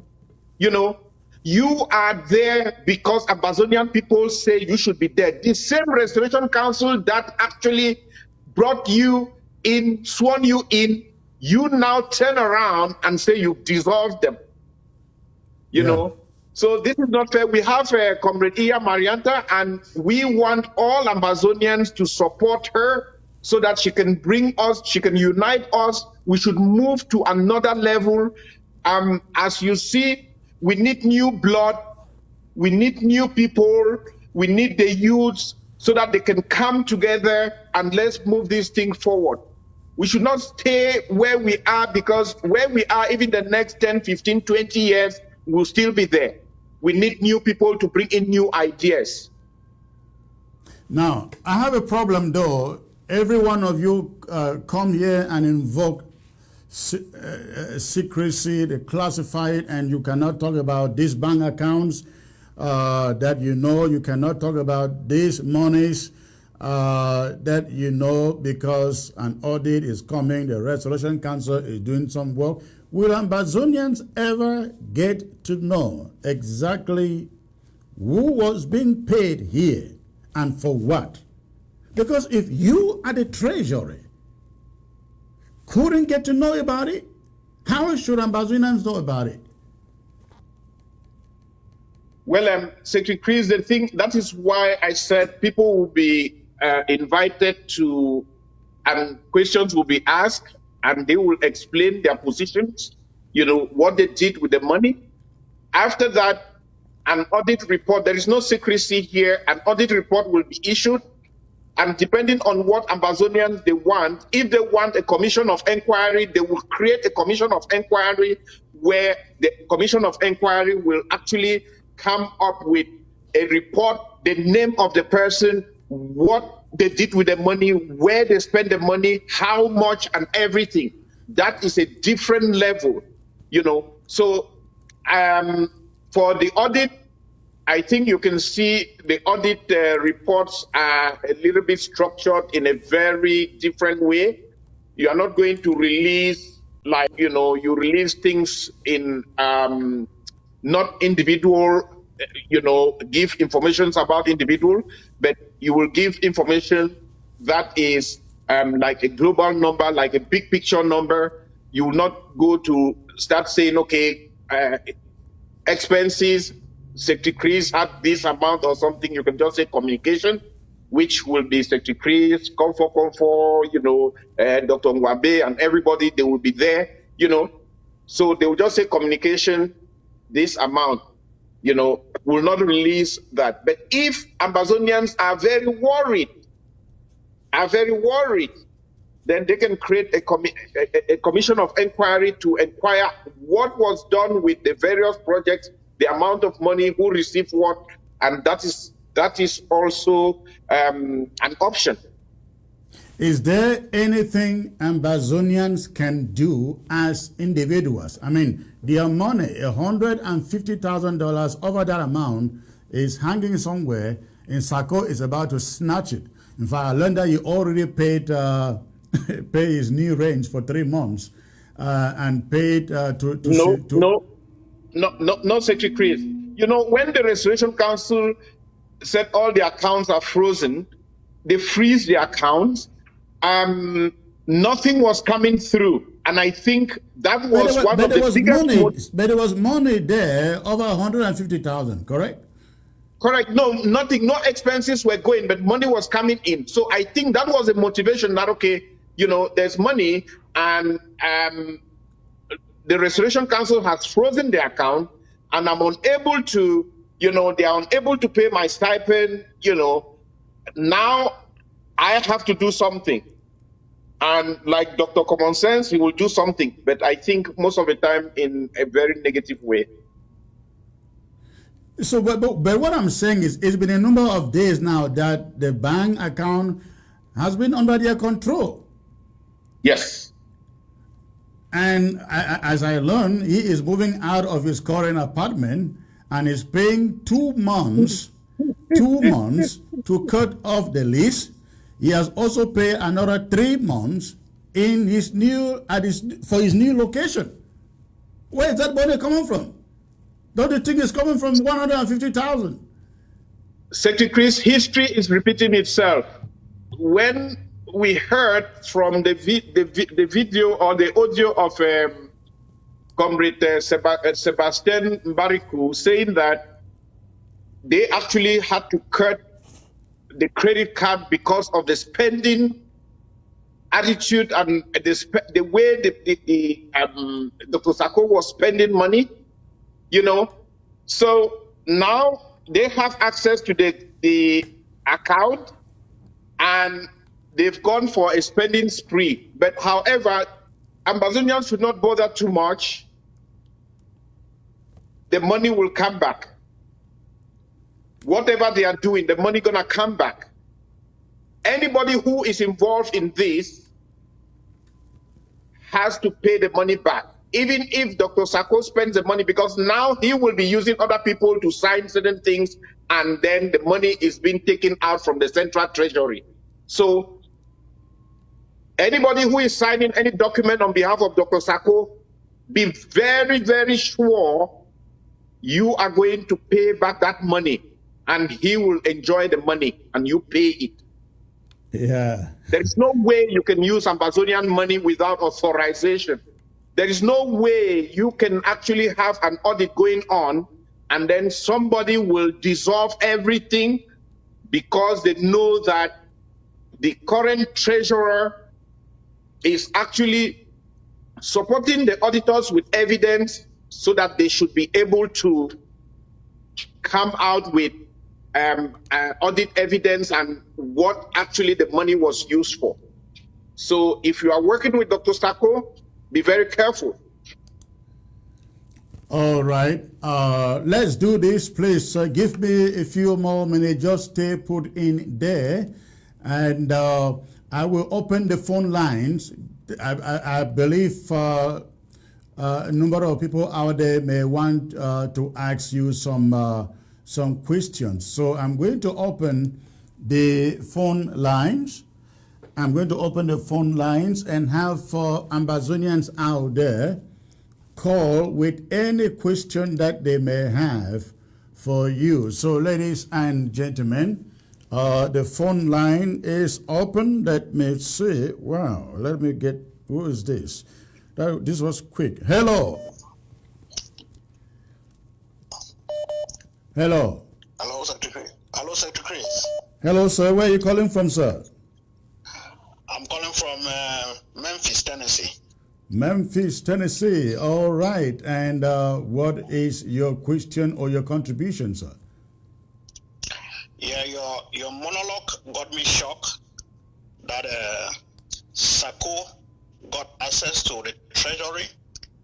I felt so devastated, and I want to ask the former treasurer what Ambazonian can do to track Sako down, because there is no other option.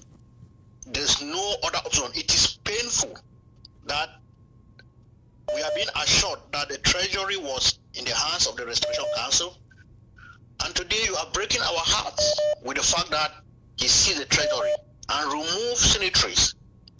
Could those other signatories not raise an alarm to the bank for the action to be stopped? It's painful, and something needs to be done, and done very fast. Ambassador need to know what is going on, and it's be done fast. I want the treasurer to tell us what can be done, and done as fast as possible. We can't allow Sako to continue to destroy the heart of Ambazonia at this crucial moment. Thank you. Thank you for the call. I let him answer the question. Comrade, go on. 1 minute answer so that we can take as many calls as possible. Go on, please. Okay, yeah. Thank you so much, caller from Memphis or Tennessee. Yeah, the people who have access, the board and the central, the SOS Treasury, the Secretary of State for Treasury, they have actually, on Saturday when we heard about it, we had a couple of meetings and some quick things were done. They went to the bank and then they came back. So most of the things have been done today. I've not been updated on what has been done, but they who have access to the account, they who opened the account, they were being replaced by the new guys. However, they are going to fight back. So what the bank will do is, okay, I have conflicting information here. I'm going to freeze the account, and they are going to do that. After that, if that doesn't work, then what will be done will be having a discussion, with, if at all, because we have to resolve this thing as Ambazonian. However, if it doesn't work, then we can start seeing, we can start taking it to legal. We can start taking the legal. That should be our last option.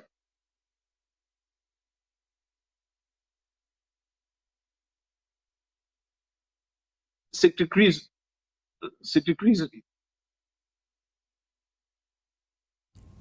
Sorry, hold on, please. Okay, you are calling from Ukraine. Oh my goodness. Oh, right. Okay. From Ukraine, what is your question, sir?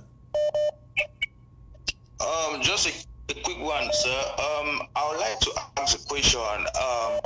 Why is all these issues about Sako and the interim government coming up only now? And secondly, I'm sorry to embarrass you, sir. I think Eric Tato made mention of the fact that you purchased a house in the US or Dubai or something like that. I don't know. So just sorry for that embarrassment, sir. So I just wish to find out, please.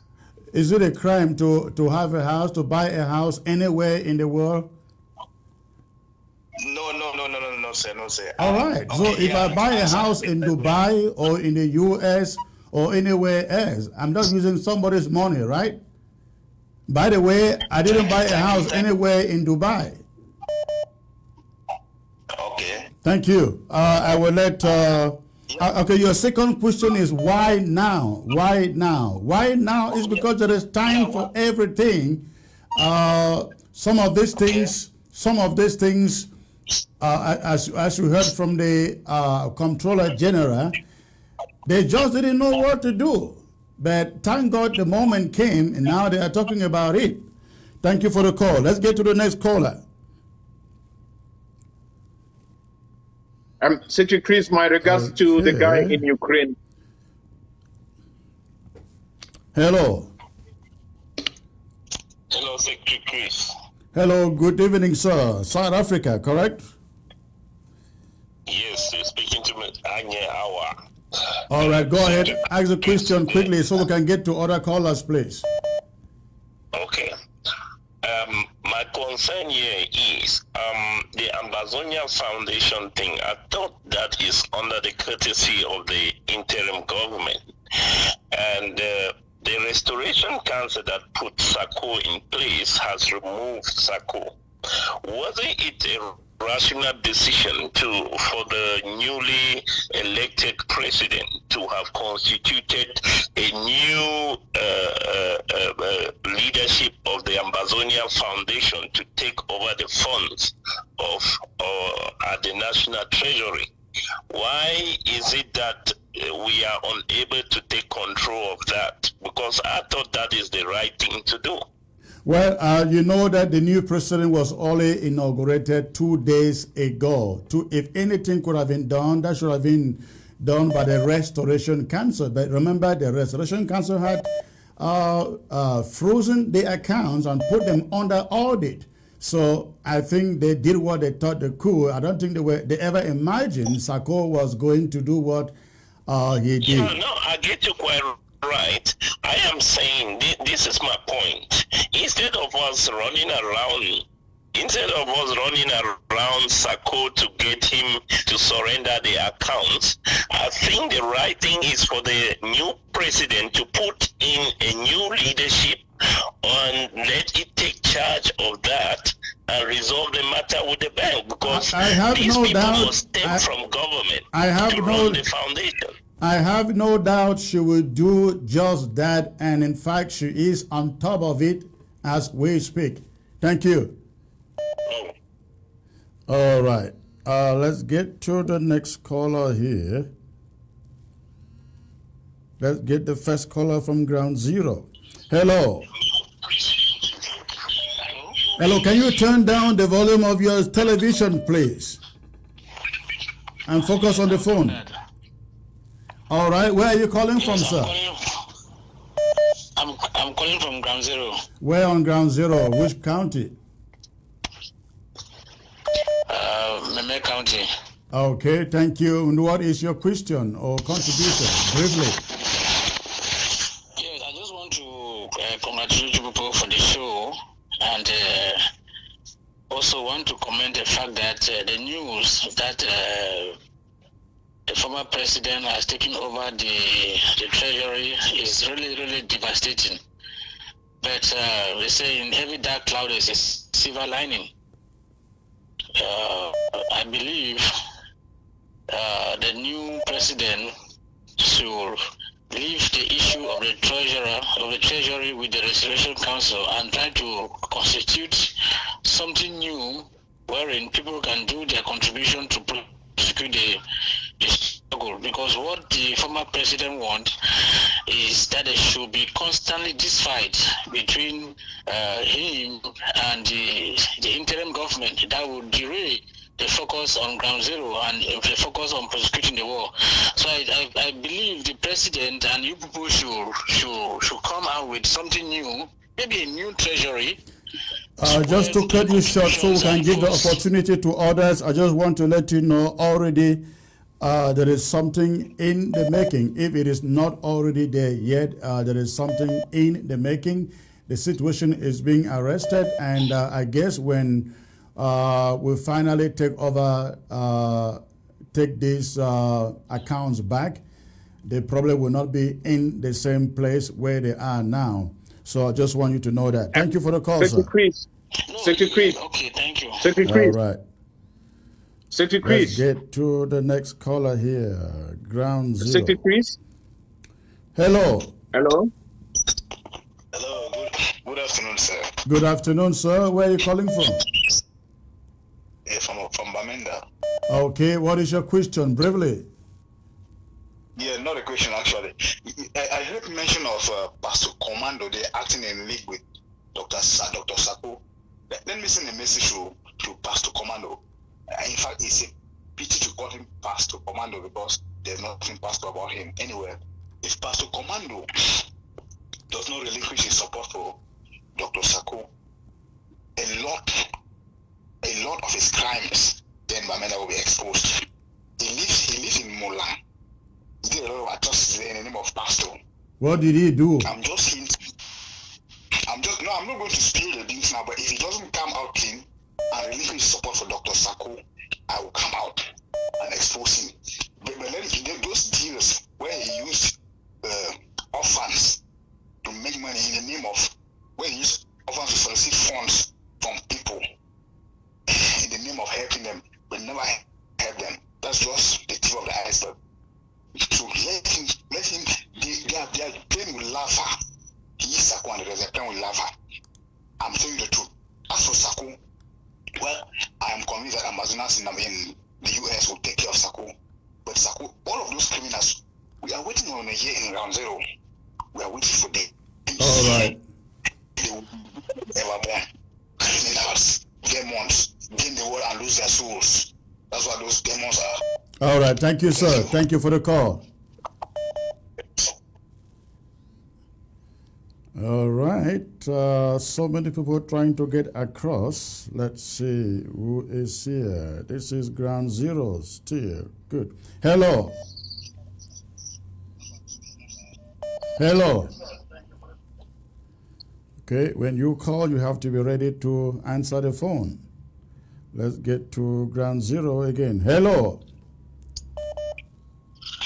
Good evening, Secretary Chris. Good evening, sir. Where are you calling from, please? I'm calling from Mezam County. Okay, you got a question? Yeah, before my question, I want to... You have 1 minute, sir. Go ahead and do it quickly.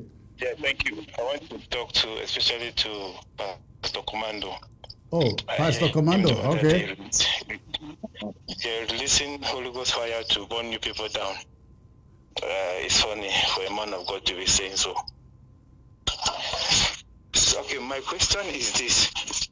What I didn't hold on there. I didn't hear what you said about Commando. Yeah. What did you say about Commando? Good. I'm saying that Secretary. Yes. Yeah, last time I heard him releasing Holy Ghost fire to burn you people down. Oh, to burn us down. Yeah, and that is not what a man of God should say. That Holy Ghost fire is burning him down. Yes, that Holy Ghost fire should burn people down, and I was shocked to hear a man of God make such pronunciation. No matter what the scripture asks us to pray for our enemies and not fire to burn down our enemies. All right, go ahead with the question, please, quickly. My question is, what do the Restoration Council think that they are going to do in order to revive, especially Wakutunja, where they are going through now? Because it's rough down here, Secretary Chris. We are suffering, and yet arguments here are over there like that. I don't know how we are going to bring back. All right, please, for some technical reasons, I cannot continue with your call because my battery is about to shut down on the microphone. I have to change it, but let me get it to Comrade Tanyi. If you have something to say about all the questions that have been asked, please go on, Comrade Tanyi. Yeah, Secretary Chris, we are all worried. We are all very, very worried always we come out and we say we are building strong institutions and we are building, a stronger Amazonian. Nobody in this revolution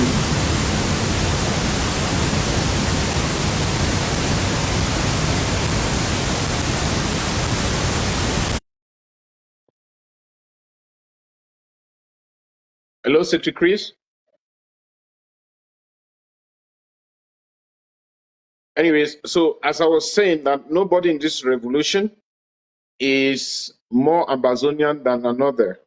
So we have to look back at 2016 2016, 2017, what worked well for us during that period, and then we put our hands together, and in a conclave, what has been in the past is if Ambazonians are having issues, they always come together in a conclave and try to resolve their issues. So we should do the same this time around.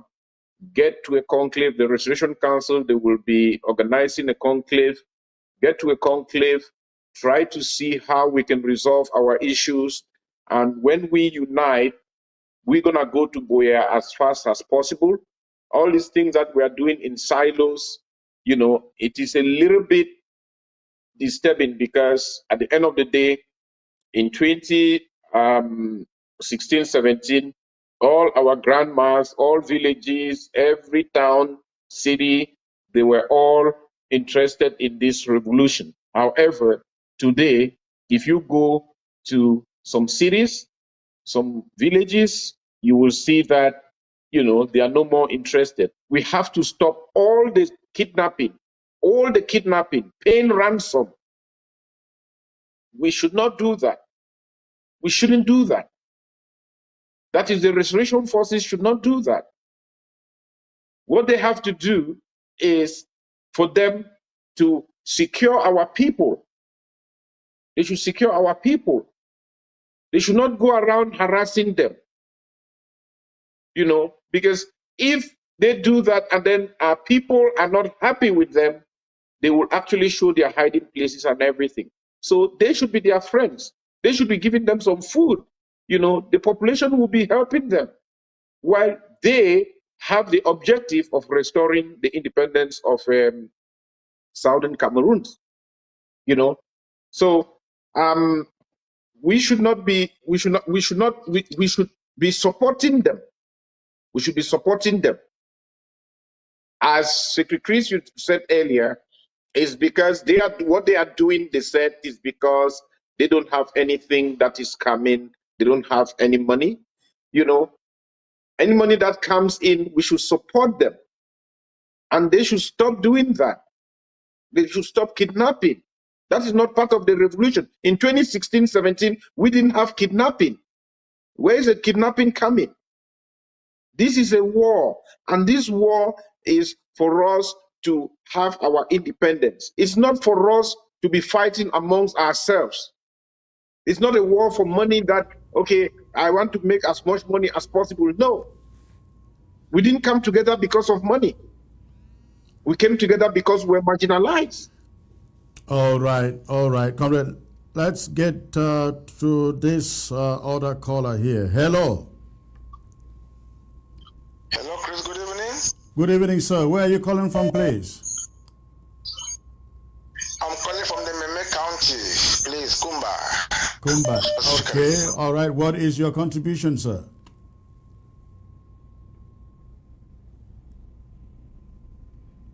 Hello? Yeah. What is your contribution? Can you hear me? It's a bad network, sir. Okay. Hello. Hello, Secretary Chris. Hello. Hello, Mr. Cristiano. I can hear you, sir. Where are you calling from?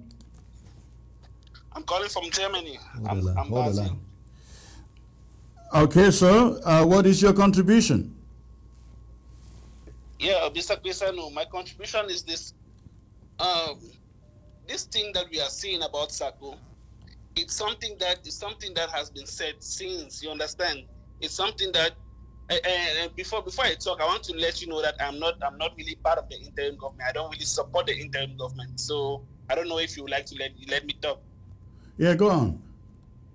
Okay, it's something that we have been people have been saying this since I left the interim government. I stopped believing in the interim government around 2017, and in 2017 when the issue came off my trip to Boya. I entered Italy through the desert, and I took my money as a refugee and donated to the interim government for my trip to Boya purposes. And it was really misused. It was misused just because I believed in the revolution. I gave my money to the interim government and it was really misused. So I'm saying that these things are things that I insulted Capo Daniel because he was saying that, he donated to the interim government and everything went wrong, and he was accusing Sako of some kind of things. I insulted Capo Daniel, I insulted everybody, but he was saying it from the beginning. And later, but are you saying that? But are you saying that he was correct? He was correct. He has always been correct. He has never been correct, sir. I see some funny videos you put out there. Listen, we will not argue this because, unfortunately, if you were a supporter of the interim government, if you were a supporter of the interim government and you are saying this, I will take it. But you are quoting people who have never said one thing good about the interim government. Why would you say Capo Daniel haven't said one thing good when he showed his because I see what he writes, I see what he writes, and I listen to what he says. You have a great night, sir. Okay, we'll get to the next caller here. This is Honorable Ingenie joining from Germany. Hello, sir. Secretary Chris. Hello, Secretary Chris. Greetings. And special greetings to the Controller General. All right, sir. Thanks for calling. Go on. Yeah, we are happy that he's able to come out. He said he's better late than never to educate Ambazonians on the things that he has spoken out this today. I have two questions for him, and the first one is to some of the Ambazonians who have been manipulated by this con man to get involved into some of the strange deals and signing out money from the Treasury without knowing the consequences. At the moment, while I've been privy to see some of this audit report, and it's quite terrifying. Now, what will be the message? What is the way forward for some of these guys who have been involved in signing out some of this money without knowing? Is there anything they can do to rescue themselves before the law follows up and follow through? That's the first question. Second one, concerning the transactions in different countries with the people with different bank accounts, is there any way forward to be able to trace out and get some of the money back to Ambazonians? Some of your questions. All right. Thank you, sir. Thank you. I will let him answer your questions. Yeah. All right. Thank you, please. Thank you so much, comrade. Secretary Chris, before I answer this question, I want to go back. Okay. I will actually plead with you. At least we are working for a unified Ambazonia so that we have one voice. Let's, keep low our tone with our comrades. They are not our enemies, they are our comrades. Let's keep our tone a little bit low so that we can be able to come together and unite like in 2016-17. So that is one. Number two, now, okay, the manipulation. People, everybody has a choice. Choose you now. What do you want to do? Do you want independence? Do you think Dr. Sako will take you to Boya? If that is your choice, then fine. The good thing is when Iya Marianta will be working on bringing everybody together, Dr. Sako is an Ambazonian. The people following him are Ambazonians. When they realize themselves, they will actually say, no, we have enough and we are going in the right direction with the Restoration Council. You cannot be a referee and at the same time you are a player. So the next thing is the money that is in all those countries, the money, there should be a reason why the money is there. If there is no reason why the money is there, the people concerned will bring back the money. There should be somebody who has signed that this money should go. So the signatories there will also be accountable for the money because they cannot approve something that they don't know what it is, because most of the things are special operations and they are classified. We have to declassify some of those things. All right. Well, as far as keeping the tone down is concerned, comrade, is not in every situation that the tone will be kept down. If we kept the tone down, Sako will still be president. Let's not forget about that. All right, let's get to this caller here. Hello. Yeah, good evening, Ambassador Mr. Chris. Good evening, sir. You're calling from Kumbai. Your network has been a problem. What is your contribution, sir? Thank you very much, Mr. Chris. I want to appreciate you for all what you've been doing for us Ambazonians, and may God bless you. But can you hear me, Chris? I can hear you 5 on 5. Hello. I mean, I would like to guess the day Sako was made our interim president. You like to curse the day Sako was made interim president, okay? Your audio quality is not very good, but go on. I don't know why. Sorry, it's breaking a lot. All right, let's get somebody else. Hello. Hello. Hello. Hello. Hello. Yes, Secretary Chris. Yes, who is calling, please, and from where? Yes. Yeah, I'm calling from Bamenda. Okay, sir. And what is your contribution? Yes, please. Yes, Secretary Chris, thank you for this opportunity. I just wish to say that sometimes when you're talking to your audience, you really need to bring down your tone. You don't need to act like a dictator, please. Take it down sometimes. I listen to you most often, and I'm not very comfortable as much as others. Always try to bring down your tone when you're talking to people, please. Thank you. That's my contribution. That's all of your contribution. All right, thank you. Secretary Chris. Yes, comrade, go on. Yeah, let me just say something. The caller before the one that you just went was saying that they cursed the day that Dr. Sako was made the president. Actually, I want to say that even though things at the end they are a little bit difficult and challenging now, but Dr. Sako did what he could in the past to do the things that he has to do. However, it is time for him to go and with that dignity as a former president, where he can be in a president committee advising the new president, it would be so good. Transitioning. Ndele and Foncha, they did transition, and all those things, and they work together. Why are we so power crazy? We just want to be president. If everybody is president, then who will be, following? So at least he has done what he had to do.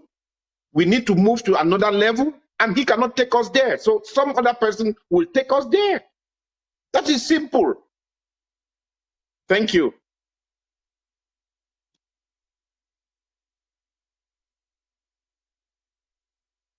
Thank you, Secretary Chris.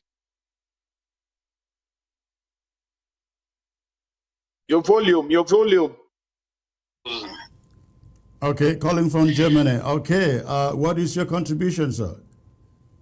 Yes, Secretary Chris, remember last time I told you that I like it. I know why I said that. That you like what? That I like you. I know why I said that, because of you, we are today opening our eyes. You acted as a very, very good whistleblower.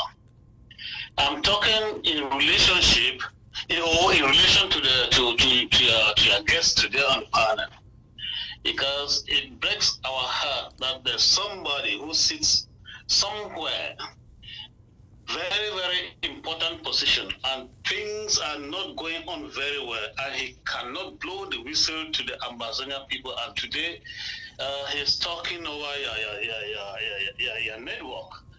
What is he talking about? He's spilling, I don't know, just pouring water now on a dust bag when things have gone really bad. When you realize that things were going bad, you blew the whistle, and that was good.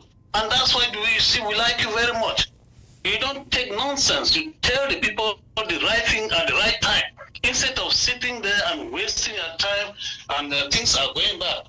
So that's just what I want to tell the Amazonian people. If they are placed in a position that they can help the Amazonian people, let them help them immediately. They see things going wrong. Let them speak out. Let them speak out.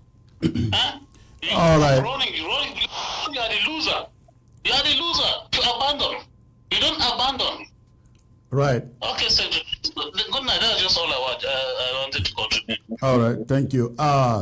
Comrade Tani is essentially making the same point I made to you earlier, that when you saw these things, you should have stayed there and blew the whistle and not walk away and remain silent. Maybe this thing would have been taken control long ago. Comrade Chris, what you're saying is just, I walked away around November, December month. So I didn't walk away like, say, 6 months ago or something. I walked away almost about 3 months ago, or 3 or 4 months ago. Yeah.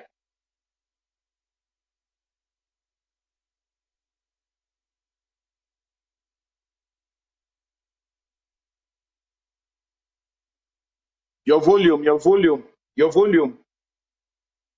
Right, sorry about that. Again, it has been a great time having you here.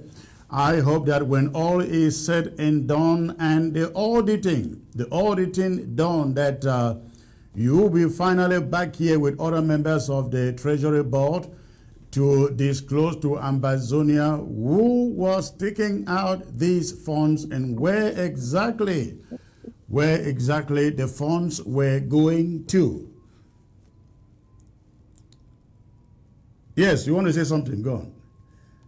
Secretary Chris, as I said, an audit is a little bit different. I said, if you want to know individuals, one thing is they will be invited to let the Restoration Council know where the money went to. And after that, then a report will be prepared. And it is that report that, we will use for that. However, if we want to go deep and say, okay, Secretary Chris took this amount, in your communication, we mention individuals' name, that will be a commission of inquiry that will be done on what happened at the Central Treasury, and there at least, they will know who and how much was taken. But for the audit report to reveal that, it will just be a summary report and then recommendations and all the like. But all the information will be disclosed at the interview or at the discussion with the Restoration Council Finance Committee. All right. I look forward to reading that report, comrade. Thank you for coming on, and you have a great night, sir. Thank you, Secretary Chris. Thank you, Ambazonian. And we should keep moving forward. We have a new president. We should be behind her. Good thing is a lady. We should be behind her so that she can unite us, bring us together, and we should go to Boya faster than we think. Thank you so much, and have a nice evening and good night. All right. Thank you. Thank you. All right, ladies and gentlemen, that was Comrade Tani Eno joining me from Toronto, Canada. And before I go, let me say this, ladies and gentlemen. When I come here, it is not about the tone, it is about the issues. And certain issues demand a certain tone. That is what communications is all about. We want you to know that when we come to you, when we want to get our message across to you, depending on what that message depends the kind of tone we come to you with. And also, we're not here for some beauty contest where we try to look nice and appear nice and talk nice. We are here because some thousands of people are being killed on the ground in Ambazonia, and we cannot come and sit here and try to pretend to you, mimic stuff off so that you give us some good labels and good names. No. Others may do that. I will not do that. I bring you the right tone depending on what message that I bring to you. Those who have been listening to this for the years, they know exactly who Chris Anu is.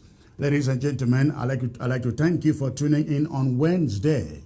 On Wednesday, I'm going to be having a powerful guest here. I was supposed to have him today, but for this interview, I decided to move it to Wednesday. So take note of Wednesday and make sure you are glued in.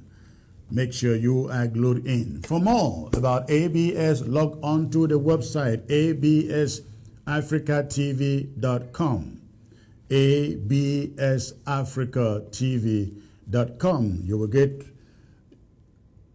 a lot of news on what is happening around the globe on the website absafricatv.com, and you can also support ABS once you log on to the website. Hit on the donation button, and you will be able to support us to keep this coming to you on a weekly basis. Now, beginning this week, we're going to be coming to you with some new programming, different guests, different shows, different subjects.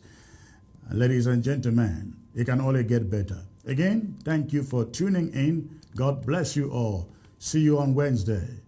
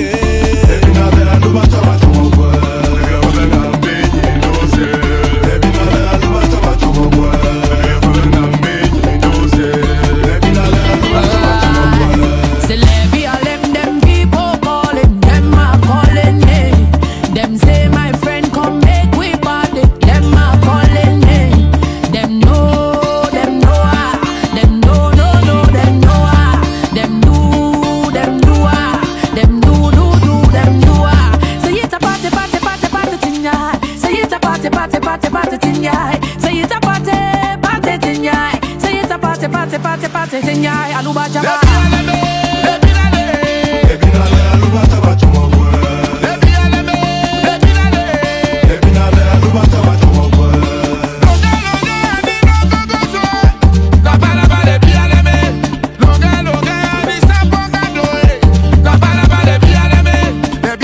me bati mi lata yo.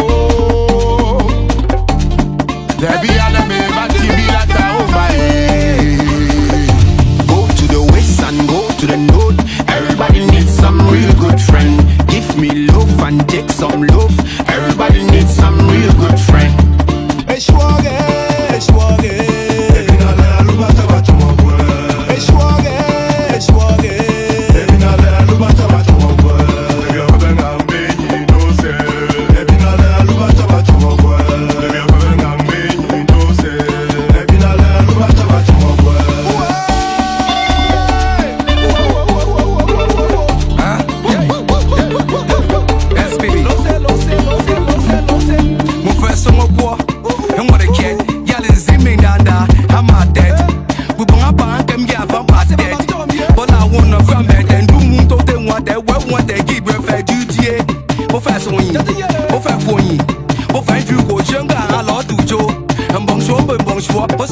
Son again, my folk gladi go to your go by bar, and no more. Don't get and no table, yeah.